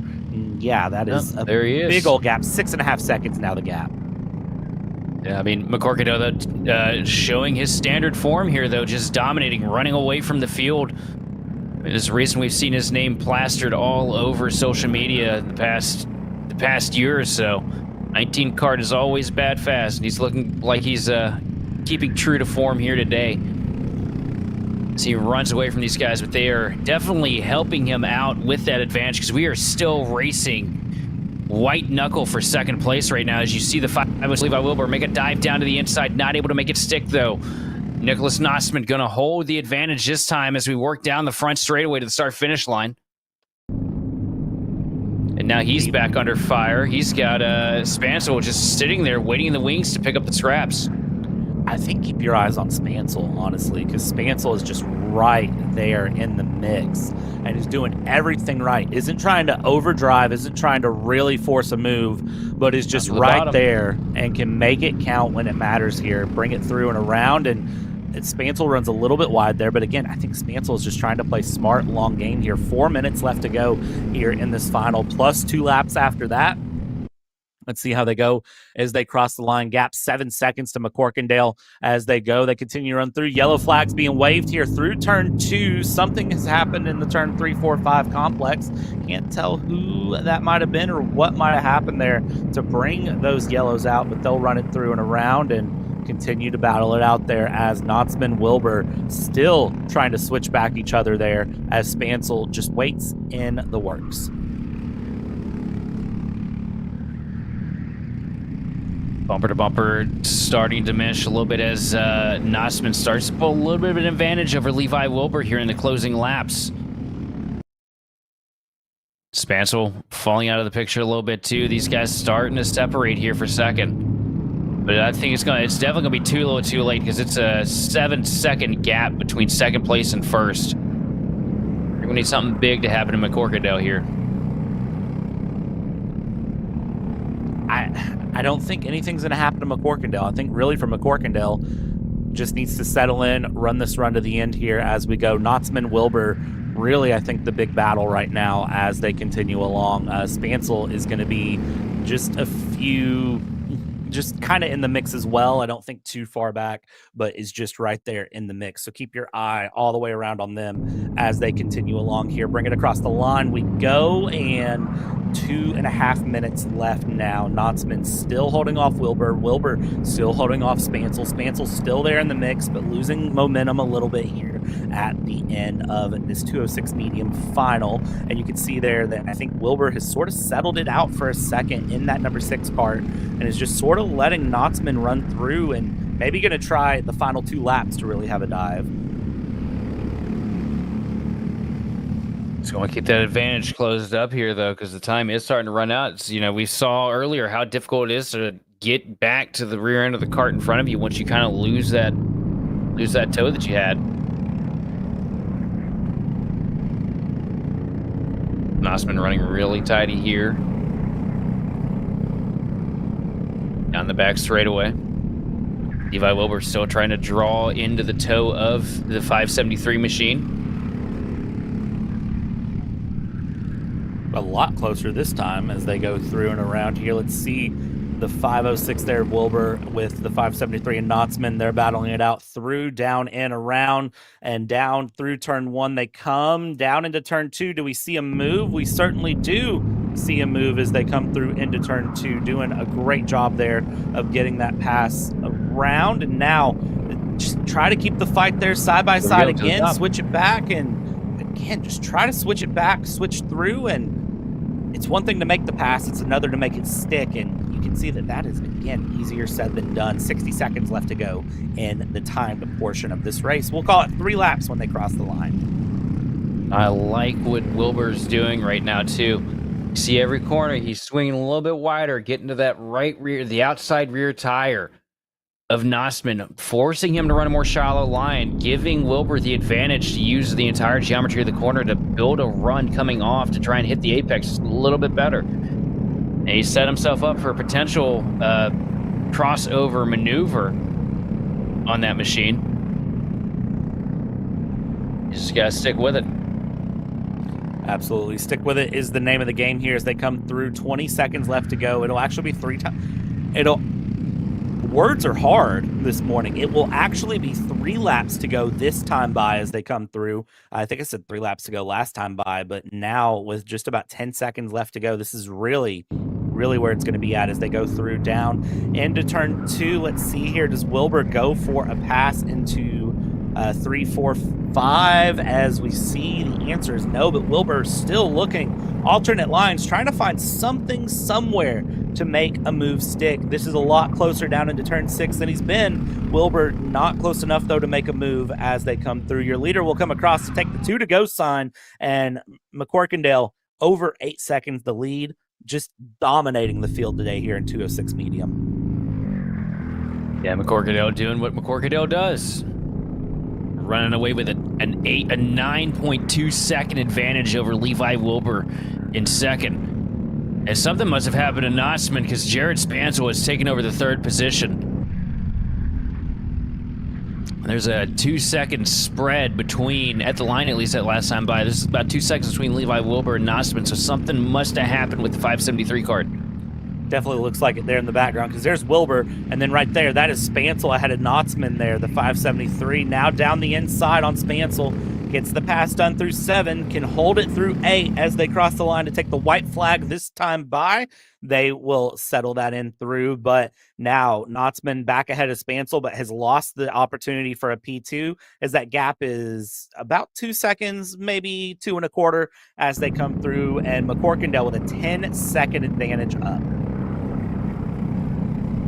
And just a smooth sail to the checkered flag here for the 19 machine of Evan McCorkindale.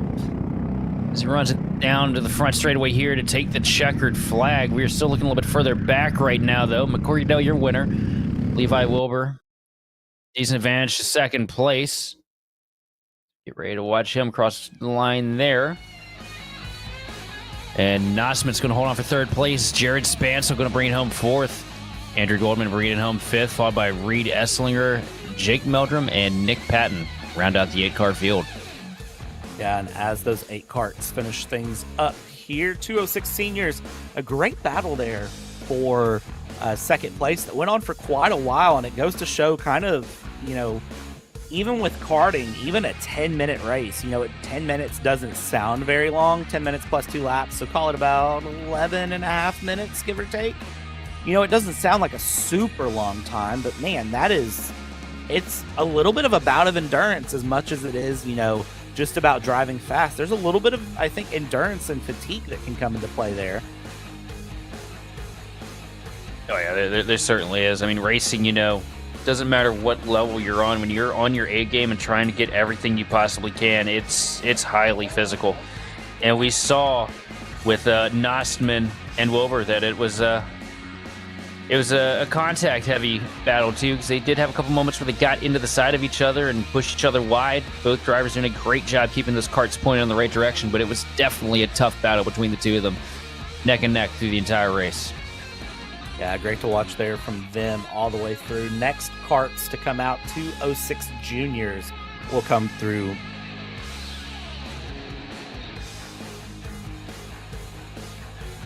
A little bit of a weather update, too, for those of you interested. It is 76 degrees at the track. There is the smoke from the Canadian wildfires that has come through. So the sky, if you look up, looks a little hazy. That is smoke from Canadian wildfires that has started to move down on the northeastern and kind of central east U.S. From about Tennessee north, it is hitting as it stands. But feels like 76 degrees out on track today.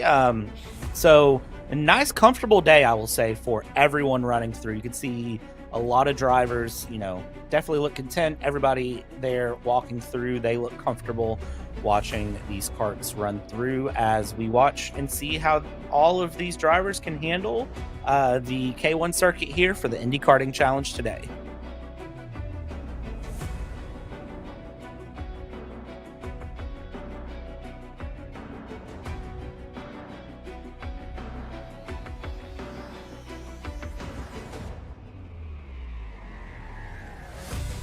tell you what, I'm kind of envying the weather that they're having up there right now.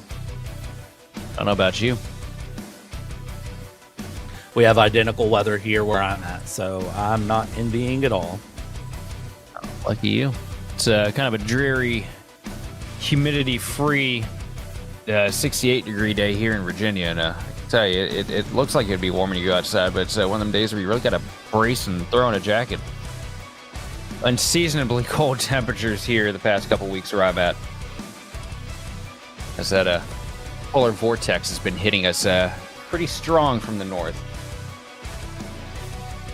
It was 57 degrees the other night in the middle of May, and I don't know how to feel about that because we're not used to that here.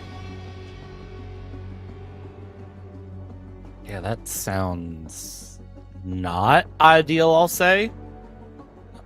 But at the same time, kind of comfortable in the same way. I don't know. 2 carts going out off of the back of an ATV on the trailer. Thankfully, no carts collapsing out of the ATV here as we go through and get ready to run our next round of carts out. Again, 206 Junior to take the grid this time by. Let's see how they do here. Waiting on the go signal to be given and waiting to get to go out. Track official comes over, unlocks the gate. Well, holds the gate. Starts to pull the latch. Is this the go signal? Is this the go signal? Now they're allowed to go. Gets out of the way. And you let the 206 Junior, the hornet's nest of carts, out on track.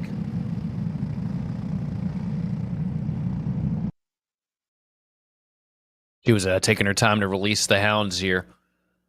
Did you see these guys getting at it with the tire warming already? You gotta mess around every once in a while with the drivers. Sometimes that's fun. You can't make them think that you're just gonna be opening and letting them go right away. You gotta make them guess when they're really gonna get going here as they come through. And yeah, the tire warm up is aggressive from everyone here in 206 Junior. They don't want to mess around at all with waiting on tires.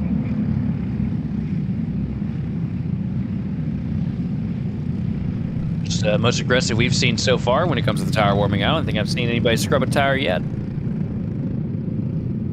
Yeah, we hadn't here as we see everyone coming through. Head bobs. Everyone's feeling good here in 206 Junior. Let's see here. They're going to come up to the line, get ready to cross the line, and we will see if they get the green flag coming into the tram lines.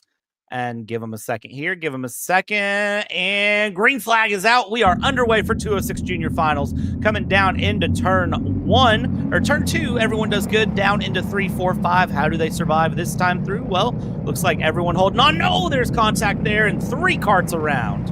And there's the hands up from the 99 of Wade. You can see how the 99 feels about that. Yeah, not too pleased right now, though. Evan Patton. Sorry, I think it's Thomas Anthony in front right now, isn't it? I believe that is the 317. I'm not going to tell you you're correct, but I'm not going to tell you you're wrong. We'll find out here as they cross the line. Absolutely. Thomas Anthony leading Lucian Laser and Nico Santos across the line here. Jordan Lapin sitting in 4th. Evan Patton losing a handful, sitting there in P5 right now. This is going to be a hard-fought battle up front. Top 5, top 6 all seem very quick. I'm curious to see who really comes out ahead of what here is done. There is in 6th place coming through. Anthony trying to pull a gap early. We'll see if it's, something easier said than done.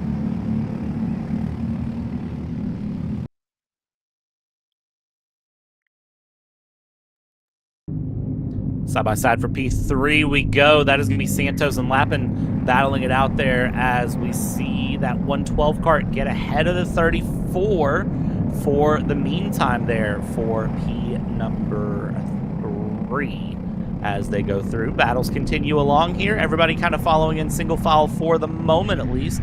Just trying to find something somewhere while they can. Leader Anthony pulling out a gap. Battle for second between Laser and Santos is going to start to develop now. Watch how that 308 and that 34 cart battle as the 112 actually, forgive me, of Lapin is the one who is battling it out against Laser.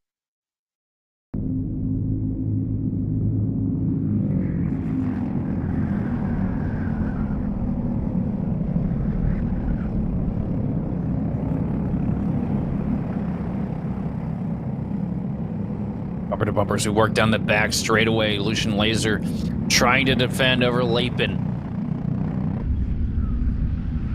Into 6. Everybody keeping it straight. Laser still with the advantage now. Thomas Anthony trying his best to repeat what he just saw McCorkadale do in the last race. Slowly eking his way out here ahead of the field. Sitting at a 1.4 second advantage over Lucian Laser in second. And if you look right there behind, there's a log jam of karts trying to get to the back bumper. These guys, oh, a deep dive down into the corner. I think that was Nico Santos. Sends it in deep, steals a spot. Hang on the back stretch, though. Lucian Laser still leading this procession of karts around the facility. You know what's funny, though, with all of that is the fastest kart on track right now is Parker Dunn, actually fastest kart on track all the way back in P6 and getting even faster as it stands. So you just kind of got to watch and see what happens here as that time through. Thomas Anthony 39.1, Lucian Laser 39.42, Jordan Le Pen 39.47, with Evan Patton running a 39.2 that time by. So watch that 861. That 861 very clearly has some pace here as Le Pen and Laser continue to battle. The 861 is the solid black kart behind as they come around out of 8 down this time by. They'll cross the start-finish line here, and let's see how they settle it out. We still have 6 minutes to go. There's plenty of time for these battles to really get crazy, but right now it is Laser Le Pen that are battling it out, and you can see Patton looks over the shoulder and kind of says, okay, where's Santos? Do I need to worry about behind? No, I can attack forward, and now it's bumper, bumper, bumper for these 3 karts in the battle for P number 2. Wasn't you were talking about Parker Dunn having a lot of pace right now. Wasn't he really fast in his heat too, but had a little bit of a problem? That is indeed what happened. If I remember correct. Oh, is it Jordan Lapin here to take over the spot? He's moved up to 3rd. And Patton definitely making big moves here. Now going to try to get to the back bumper of the 308 machine of Lucian Laser, but he has a ways to go. And here comes another dive down into the corner from Lapin, taking the spot back. Now they're almost 3 wide there for a second. A little bit of contact coming out of 5 down the back straightaway. These guys aren't giving each other much of anything right now as they know the laps are winding down, getting to the end here of the final.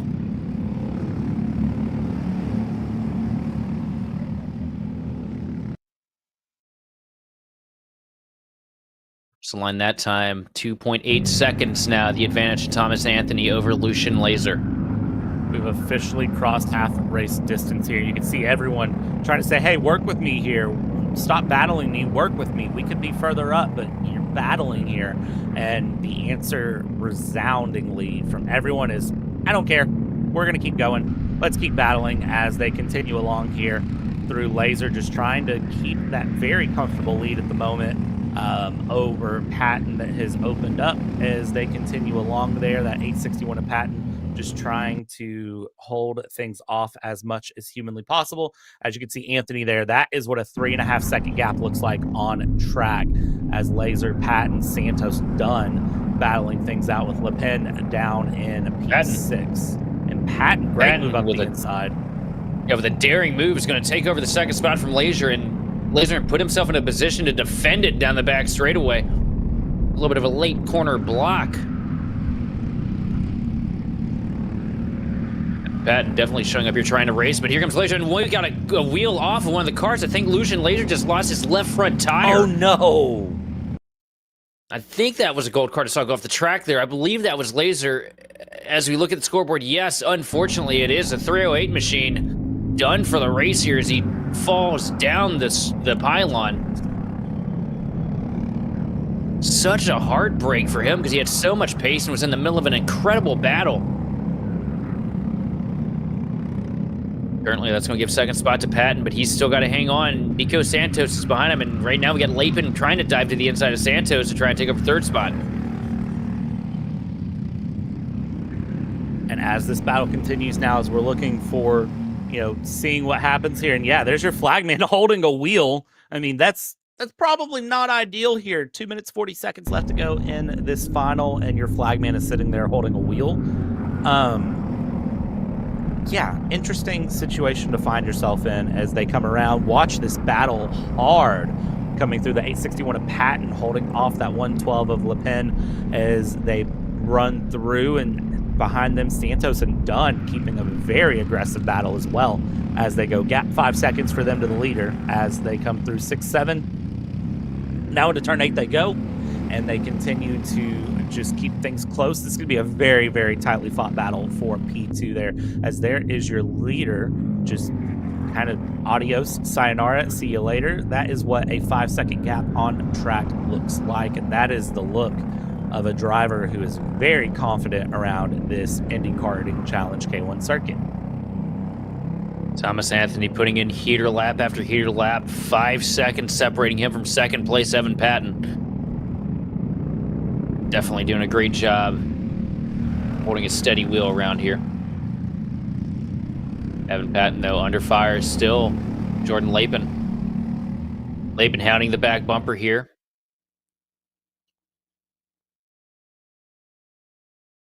Lapin has put together such a good climb through the field, too. I mean, you know, it's only 2 spots from where he started on the grid, but I mean, we know how difficult it is to pass in karts, and Lapin just really stringing together a strong, solid, resounding run here. And sometimes that's just what you have to do, honestly, is just have a very solid run. You don't always have to win. Now, granted, again, drivers always want to win, but sometimes it's just about being consistent and kind of showing yourself that consistency and that speed. And then the next time you get out on the kart, you're going to feel even faster, feel even better, go even faster. And then, you know, possibly that could be the difference between P3 and the win. It's just that little bit of, you know, that interim middle result that you have to get here. Watching through, Le Pen still trying to get the pass done on Patton as they go down into 3-4, down through turn 5, trying to set something up. But Patton goes very defensive that time, middle of the track. And I would say to watch Santos is now right on the rear bumper there in that 34. He's going to be trying to look for a move if a move can be found.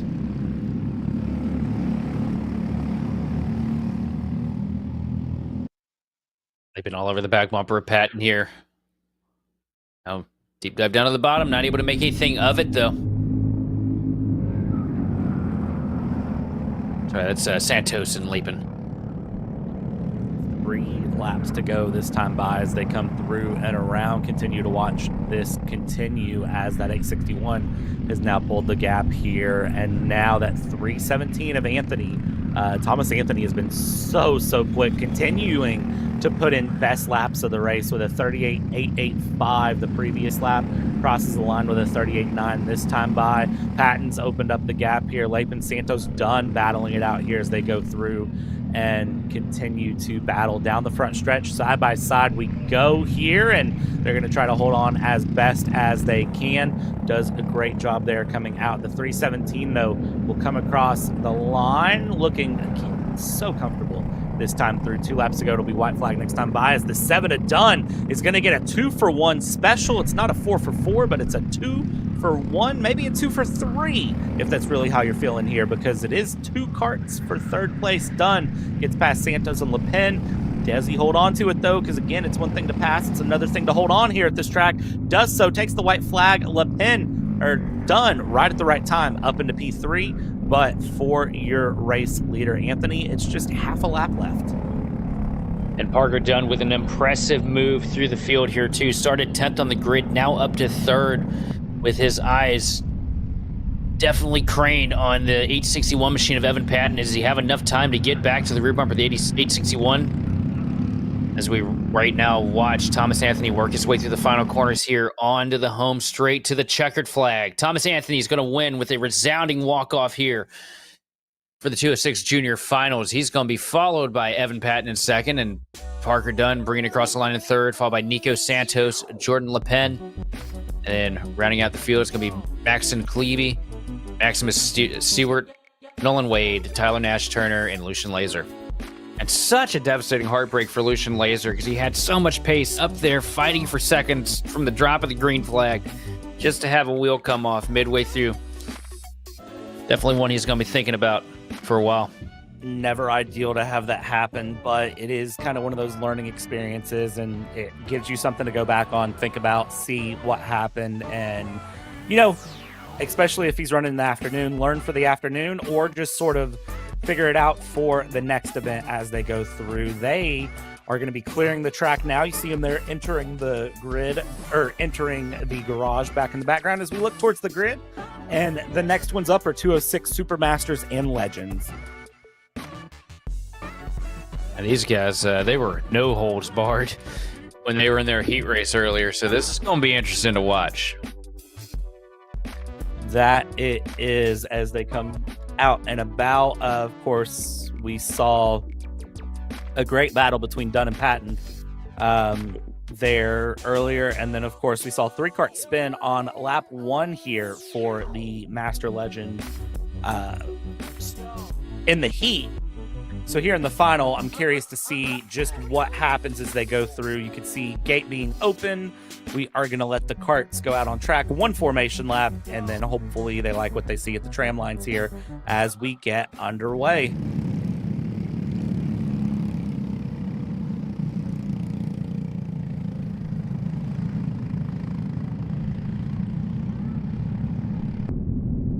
Here's the question. Does J. Brian Williams keep up the momentum that we saw in the heat race earlier? He put down a scorcher of a performance.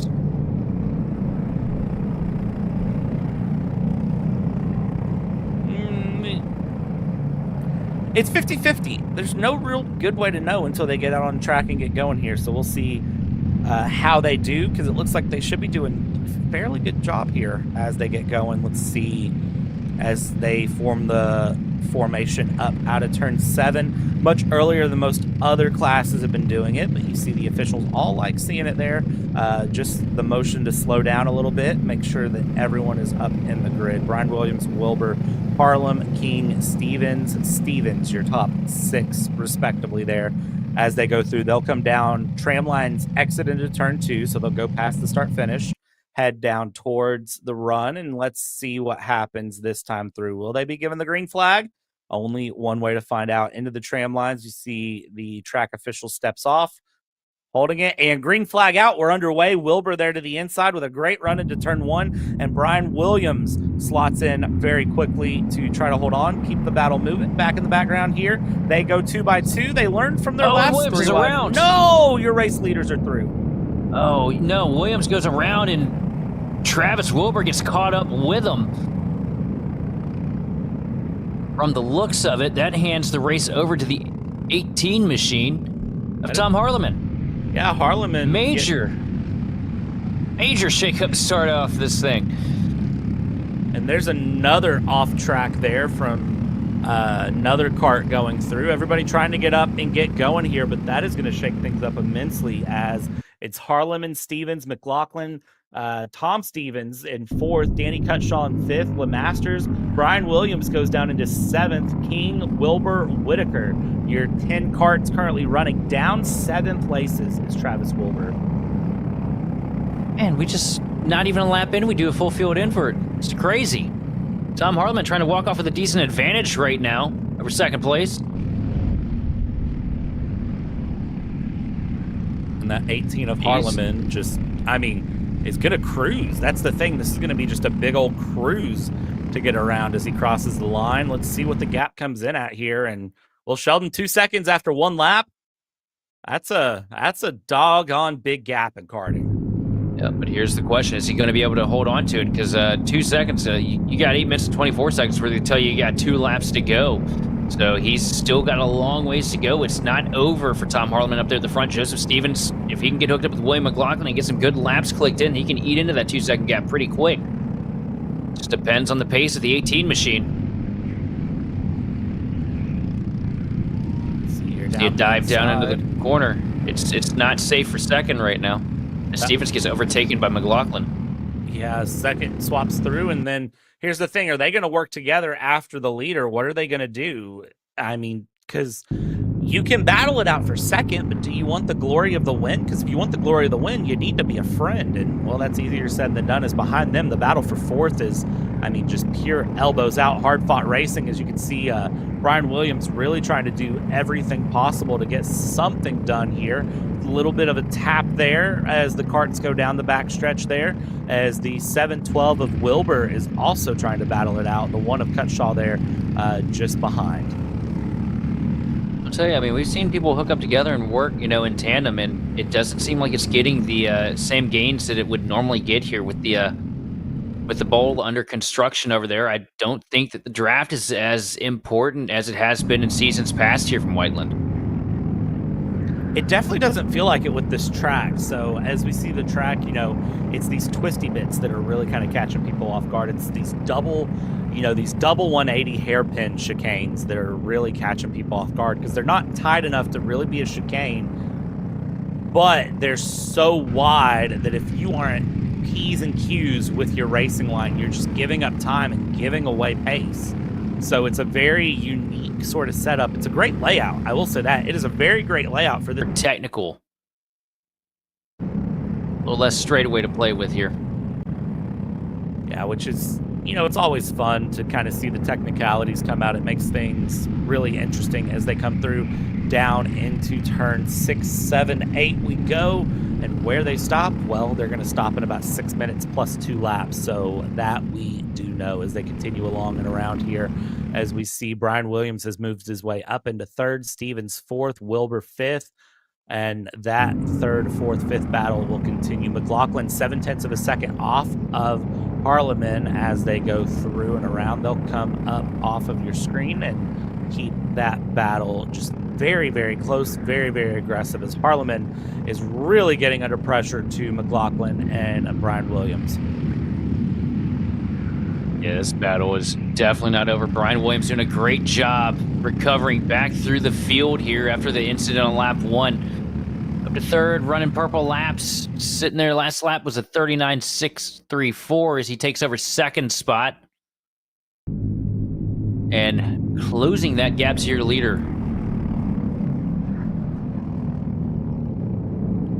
And closing the gap, the all-important part. But again, trying to get the pass done is easier said than done, you can say for sure, as we see battles continuing along. The 18 has dropped back there, has not dropped back. They're coming up on lap traffic, I believe, as they come through and around and go through. And you can see that 56 of McLaughlin really putting in pressure on the 18 as they cross the line. And no, Brian Williams did get by. My bad. My apologies there, as Harleman is now also under pressure. Harleman gets passed there by McLaughlin for 2nd and possibly is going to lose out to Wilbur this lap as well. Wilbur with a big dive up into the inside. Great pass through and is able to get up into 3rd.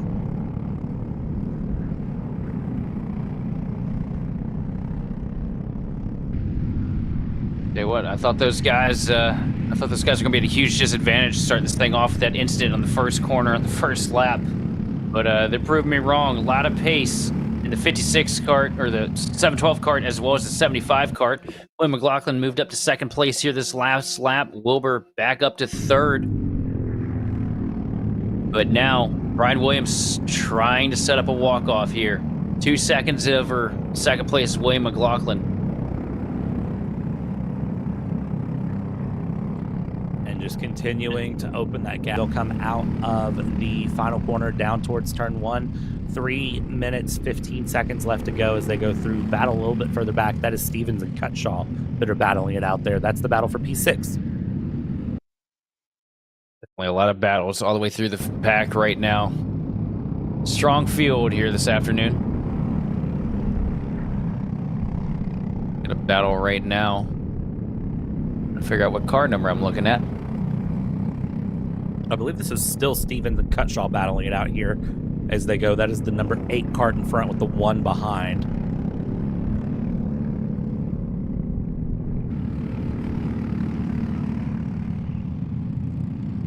Coming through 7 into 8, holding on there. And you can see that Cutshaw is being really calculated and I would say really careful compared to how we're watching like Brian Williams, McLaughlin, Wilbur really race it out. Not really flinging the kart around, not just trying to slide it through, is really trying to just take calculated runs, keep the kart pointing in the direction you want it to go.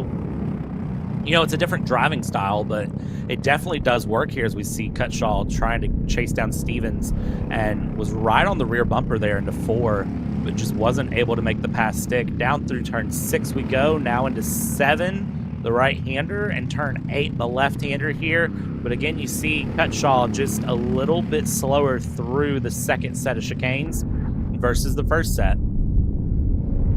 He's doing everything he can to be defensive to hold on to the position. Right now looking at Harleman going against Joseph Stevens. Harleman leading that 18 machine over Stevens in the 50. Their battle for 4th.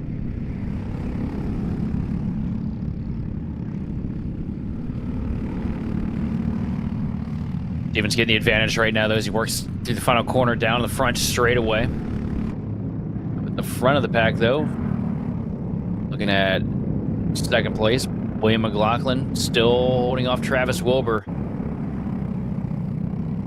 Let's see here, 50 seconds left to go. So at the line, should be 3 to go, I would say here, as Harleman's still running through. McLaughlin still trying to hold off Wilbur. Harleman behind there, running through, several seconds off, trying to hold off Stevens. And meanwhile, Brian Williams, I mean, adios, sayonara, see you later. That's him coming into turn 2, as McLaughlin and Wilbur just now coming into turn 2. That's what a 4-second gap looks like there as they continue along. Just great runs there from everyone. It was a very, very chaotic turn 1, lap 1, but once they got that sorted out, it sort of settled things in as they continue to run along here. And let's see, they should get 2 to go this time by as they're coming around here. 5, 4, 3, 2, 1, and yes, there's the 656 who is coming through. So that is McLaughlin who is now came through. And no, actually, well, wait. We got 2 left. Yeah, 2 laps left. It didn't look like he was going to call it there for a second, but he does. So 2 laps to get everything done. Williams hit the line at the exact second that the timer ran out. Couldn't have timed it better myself if I tried, to be honest with you, as we go through. So they'll get 1 to go next time by, and we continue to watch here with Harleman trying to hold off Stevens. Still, Stevens very aggressive there, but just not able to secure the pass yet. Tell you what, Williams has just walked away 3.3 seconds over second place William McLaughlin. Talk about recoveries. We talked about recoveries earlier today. But man, I can't think of a better one. I mean, we've seen how hard it is to make moves, how hard it is for these guys to pass each other. And Williams, with that mistake at the start of the race between him and Wilbur, lost a whole bunch of time, able to carve his way through the traffic to get to the front of the pack, back where that 75 kart belongs. Working his way out of the final corner for the checkered flag. J. Brian Williams is going to bring it home for the Masters Series. It's going to be followed by William McLaughlin, Travis Wilbur, Tom Harleman going to round it out in 4th. Ranking at the top 5 is going to be Joseph Stevens, followed by Danny Cutshaw, Tom Stevens, Chad King, Chris Whitaker, and Richard LeMasters. Great run from all of the Super Masters and Legends finalists there. Great run from them. Great hard racing. Turn 1, lap 1 never fails to disappoint as they come through and they finish things out. And next up will be KA Seniors. Once KA Seniors go, well, then we get a bit of a break here before the afternoon qualifying session, currently scheduled to start around 2 p.m. Eastern here, as Seniors and Masters are getting set up here for their run. And this was a fun class to watch as well earlier.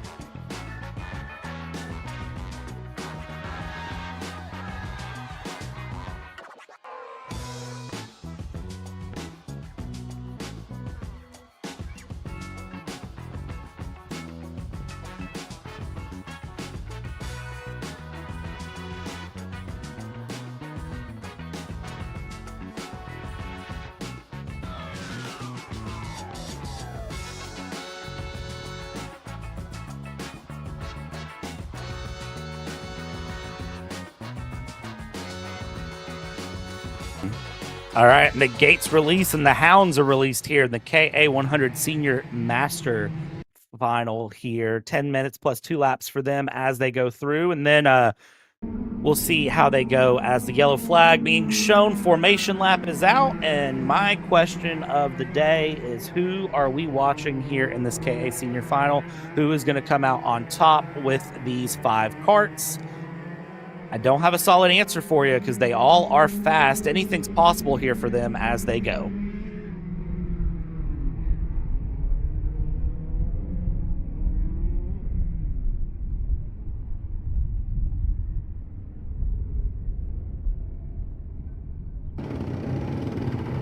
They'll get the formation set up here, coming down towards the tram lines. That inside line has had such a jump into turn 2 here, and we'll see if it is the same again as they come around here. And it is going to be into the tram lines. Do they like what they see? Do they like what they see here as they come through? Let's see. What does the flagman do? Is it green? Is it yellow? Is it green? Is it yellow? Green flag is out, and we're underway here for KA100 Senior Masters. Here, the final of the morning, and it is Santos and Lund and Van Dyke, Finley, and Robbins, your 5 that will run through. Let's see how this goes. Switch back into turn 3, down into turn 4 we're going to go. And how is this going to end up? Well, it's certainly going to be a close battle there, as the 36 of Santos is in second, the 79 of Van Dyke is in third. Lund is going to be your leader coming through 7, now down into the left-hander of 8. Lund leading him here to the start-finish line, an impressive move. Santos tried to send it in there through 2 and 3 and almost was able to cover the lead, but Lund just barely finding a little bit of a hole to get past. But here comes Santos again, trying to recreate the same magic from the first lap. Not able to make it stick this time. Lund going to pull down the back straightaway, trying to draw that advantage out that we've seen just about everybody that's taking the lead today pull. But Santos trying to keep him honest here at the point. Doing a great job of it as well, I must say, as they continue around here. First laps getting on the table as they go, and it is going to be Lund, Santos, Robbins, Van Dyke, and Finley. The order as they currently run, coming down into turns 3, 4, 5. And again, you can see the slightly different line that everyone takes. Everyone's looking for just that slight advantage that they can find, whether it's a little bit more here, a little bit more there. They know it's not necessarily going to be all about speed down the back stretch and the front stretch, although that can help. Do not forget that can help.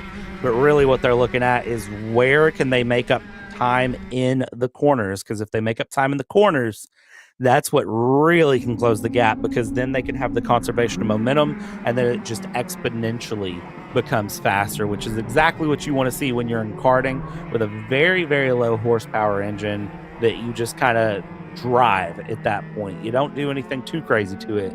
You drive, you take care of it, and you just do everything you can to get up in position. As we come through here, continue to watch these battles develop there. The 36 in the middle of Santos, still trying to chase down Lund and being chased by Robbins. Yeah, as you allude to there, momentum is everything in these, especially you just want to keep that RPMs, that engine wound up as high as you can possibly keep it, because that means you're going to be going faster. Once you bog it down a little bit, you're going to lose a whole bunch of time, and these guys up here in the top 3, they're giving it all they've got, trying to close the gap on AJ Lund, but AJ Lund trying to do what he can to walk off like we saw in the heat earlier. Raider Santos, though, trying to run nice, tidy corners behind him to try and keep that gap from growing too much, to try and get within a stone's throw to maybe make a move. Across the line that time, Raider Santos with the best lap at 34.4, the best of the session right now, over AJ Lund's 34.5. So Raider definitely on the move right now as he closes up through 3, 4, and 5. Out of turn 5, though, not able to get the advantage down the back straightaway. AJ Lund getting a better launch, but here comes Raider Santos tugging up in the slipstream. Yeah, tucking into the slipstream, going to be a great move there from Santos. 6.5 minutes to go, so plenty of time to really make the move stick. But the sooner you can get the move done, you know, the better it might be for them as they go along here. First and second place separated by half a second. Third and fourth place separated by half a second, but 2.3 off the leader as they come down and along this line. They're doing everything they can to really, really find a difference as they go along down the backstretch we go. Continuing along, that 36 is Santos right on the rear bumper. Close. Going to look To for the it to bottom. the inside. Can he hold on to it, though, as he has to give it back up through, switch back outside, now outside again, and ran very wide there. Lund threw the elbows out, defended, left a Kart's room. So that was a clean pass there from Lund on Santos after Santos passed Lund. Santos went to take it, but Lund didn't give him anything. Just about ran the 936 Kart off the track, ran him wide, hurt the momentum on Raider Santos, so he's really going to take a second here to dig deep and try to find that advantage again, but here he is closing back up again. The end of the straightaway into 6, now back into 7. And I think Santos is really trying to close in on the deal here as we got 5 minutes, just over 5 minutes remaining in the final. Yeah, just over 5 minutes remaining. Still anyone's guess who wins this. It's all still up for grabs, I would argue, here as we see again that 936 looking for some sort of a move there on Lund, looking outside, looking inside, side by side for third. Van Dyke and Robbins go as that 414 of Robbins gets ahead of Van Dyke. Robbins certainly trying to look for a first place finish here today. We'll see what happens as they continue along, continue to battle, and just continue to really the feel side by things side out. again for the lead. They're side by side again there for a moment. Still side by side, down into 1. And I think Lund is taking it back. I think Raider got it for a second, but Lund taking the lead back here. Now Raider Santos trying to set up for another pass through 3, 4, and 5. Not able to get to him here through 5, but now they've been drawn back in by the rest of the field. Here comes Santos with a dive down to the bottom into 6. And he's going to take it. But here comes AJ Lund trying to set up for another crossover. I don't know if he's going to have the magic this time, though. No, he doesn't. Falls back in line. Defensive driving, giving Raider Santos the lead.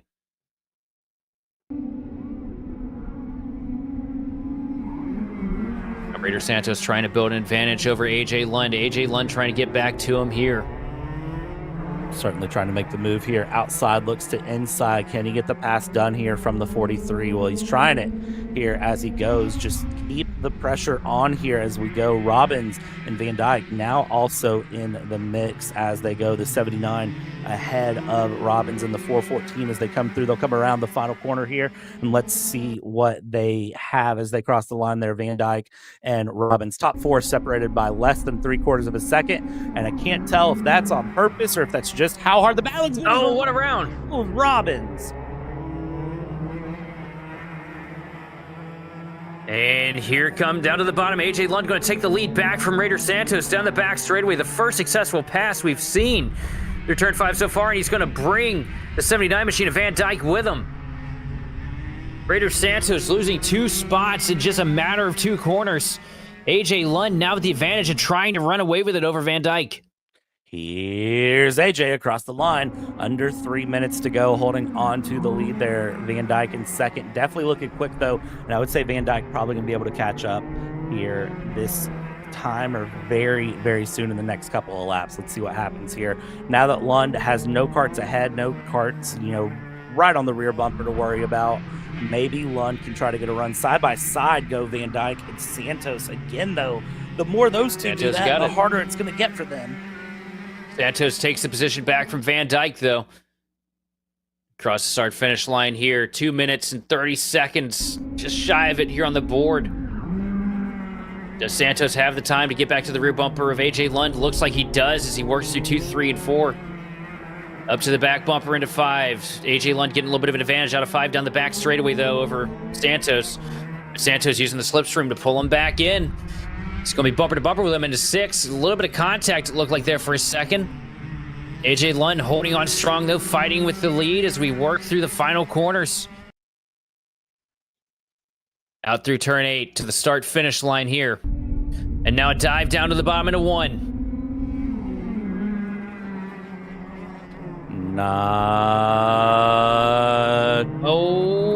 Switch back. Raider's going to go... Yeah, Raider, oh man, we lost it somewhere in the camera transition, but Raider Santos took the lead back from AJ Lund.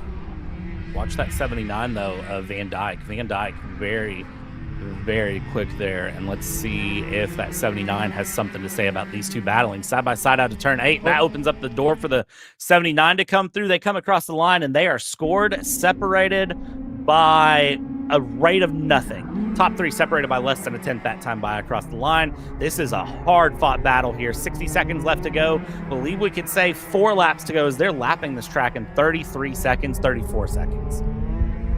Down the back straightaway, AJ Lund with the advantage into 6. Drawing back up to the back bumper, though, is the 36 machine of Raider Santos. AJ Lund doing a really good job here through 7 and 8. Going to pull an advantage ever so slight, but this is the best he's looked for the past couple laps down into 1. Doesn't look like he's got too much pressure, but Santos drawing back on the rear bumper into 2. Santos takes a look down to the bottom, not able to make anything of it. AJ Lund going to be victorious here through turn 5. He's got the lead now down the back straightaway into 6. I still think watch that 79 there as that 79 comes through and around here, continuing to battle. He's going to look one way, he's going to look the other way, and just, again, if these two start battling, that 79 is right in the mix, ready to go for the pass here as they cross the line. I don't know if they got the 2 to go signal there, so this might be 3 to go this time by because there's still about 5 seconds left to go on the timer. Let's see what happens as they come through and around. Hard on the bumper. Oh, hard on the bumper. 3. Oh, 3 of them bouncing off each other there. Now down to the inside comes the 79 machine of Van Dyke. Going to try and take away the spot from Santos into 6. And he's going to take it into 6, but here comes Santos trying to set up a crossover down to the bottom. Santos going to take the position away as you work through 7 into 8, still side by side, just about banging doors here on the front straightaway. This is exactly what AJ Lund wants to see to take 2 laps to go. 2 laps to go here, and these two battle it out for second. They're letting the leader get away. Gap was almost a second as they cross the line here and come through now out of 3, 4 into 5. Switch back one way, switch back the other way, side by side. The 79 on the inside with Santos to the outside. 79 backs out of it from the inside, and that is going to allow Santos to hold on to second. Now they just need to catch up to the race leader and really try to make a run here. White flag out this time by, and Gap was 0.8 of a second that time, but 0.8 in a lap. I'm not saying it's impossible. I'm just saying if you're also battling for second place, it's very, very hard. White flag in the air. AJ Lund in control with a decent advantage. About 4 or 5 kart lengths separating him from second place, Raider Santos. The battle still looming for second, though. As you see Van Dyke tuck in, try to close the advantage as best he can to try and take away the second spot from Santos. But it does not look like it's going to be enough as we work into the last handful of corners. Out of the final corner, here comes AJ Lund to take the checkered flag. Didn't get to walk off like he was expecting to after the heat race, but white knuckles and gloves out moment. AJ Lund is going to win it for the KA Senior Finals, followed by Raider Santos, Dane Van Dyke, and Clay Robbins rounding out your top 4. And a difficult end for the finals here for Blake Findlay as he's parked for P5. Yeah, unfortunate to see there for them, for Blake Findlay, but for the top 4 there, really, really hard fought battle. Clay Robbins definitely could have been in contention for that win as well in KA Senior. Great runs from everyone here. Great runs from all of our morning classes. When we come back this afternoon, things switch up completely, and that's going to be a really, really fun part to see here as we get our morning classes done and dusted. We're going to take a break here at Kart Chaser. When we come back, we will be back this afternoon, kicking it off around 2 p.m. For 206 cadets to kick things out. We'll see how all of that gets going. Be sure to join us here in a couple hours on Kart Chaser Live. Big shout out to everyone who has joined us so far today here from the K1 Circuit Indy Karting Challenge. Brad and Sheldon, we'll be back this afternoon. All the way up to the finish line. Who is it going to be? It's Sean Perez who wins in Crescent. Ty Fisher wins $1,000 in KA100 Junior. Alex Stanfield played it perfectly here. Told him to wait. Stanfield wins the Duffy in 2024 for TV Karts. Amarillo Kart Complex is now the official distributor for TV Kart in the continental U.S. Become a dealer today. Champions aren't just born on the kart track. At SimShop, we deliver professional-grade simulators with the best performance-to-price ratio in the industry. Founded by racers who understand what you need, our SimMagic and Moza equipment is powerful enough for the pros, yet affordable for everyone. With unmatched customer support and a thriving community, we're your racing partner. Visit simshop.com today.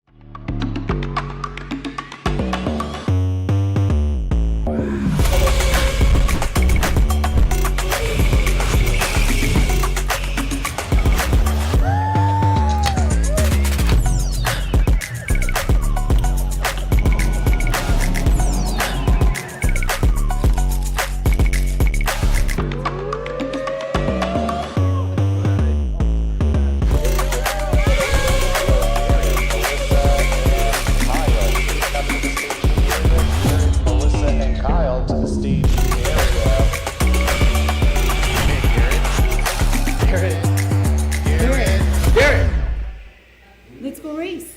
Come on, man. Florida kart racers, you asked for it, and we're going to bring it. Introducing Florida Karting Championship, FLKC, a brand new racing series coming to Florida in 2026.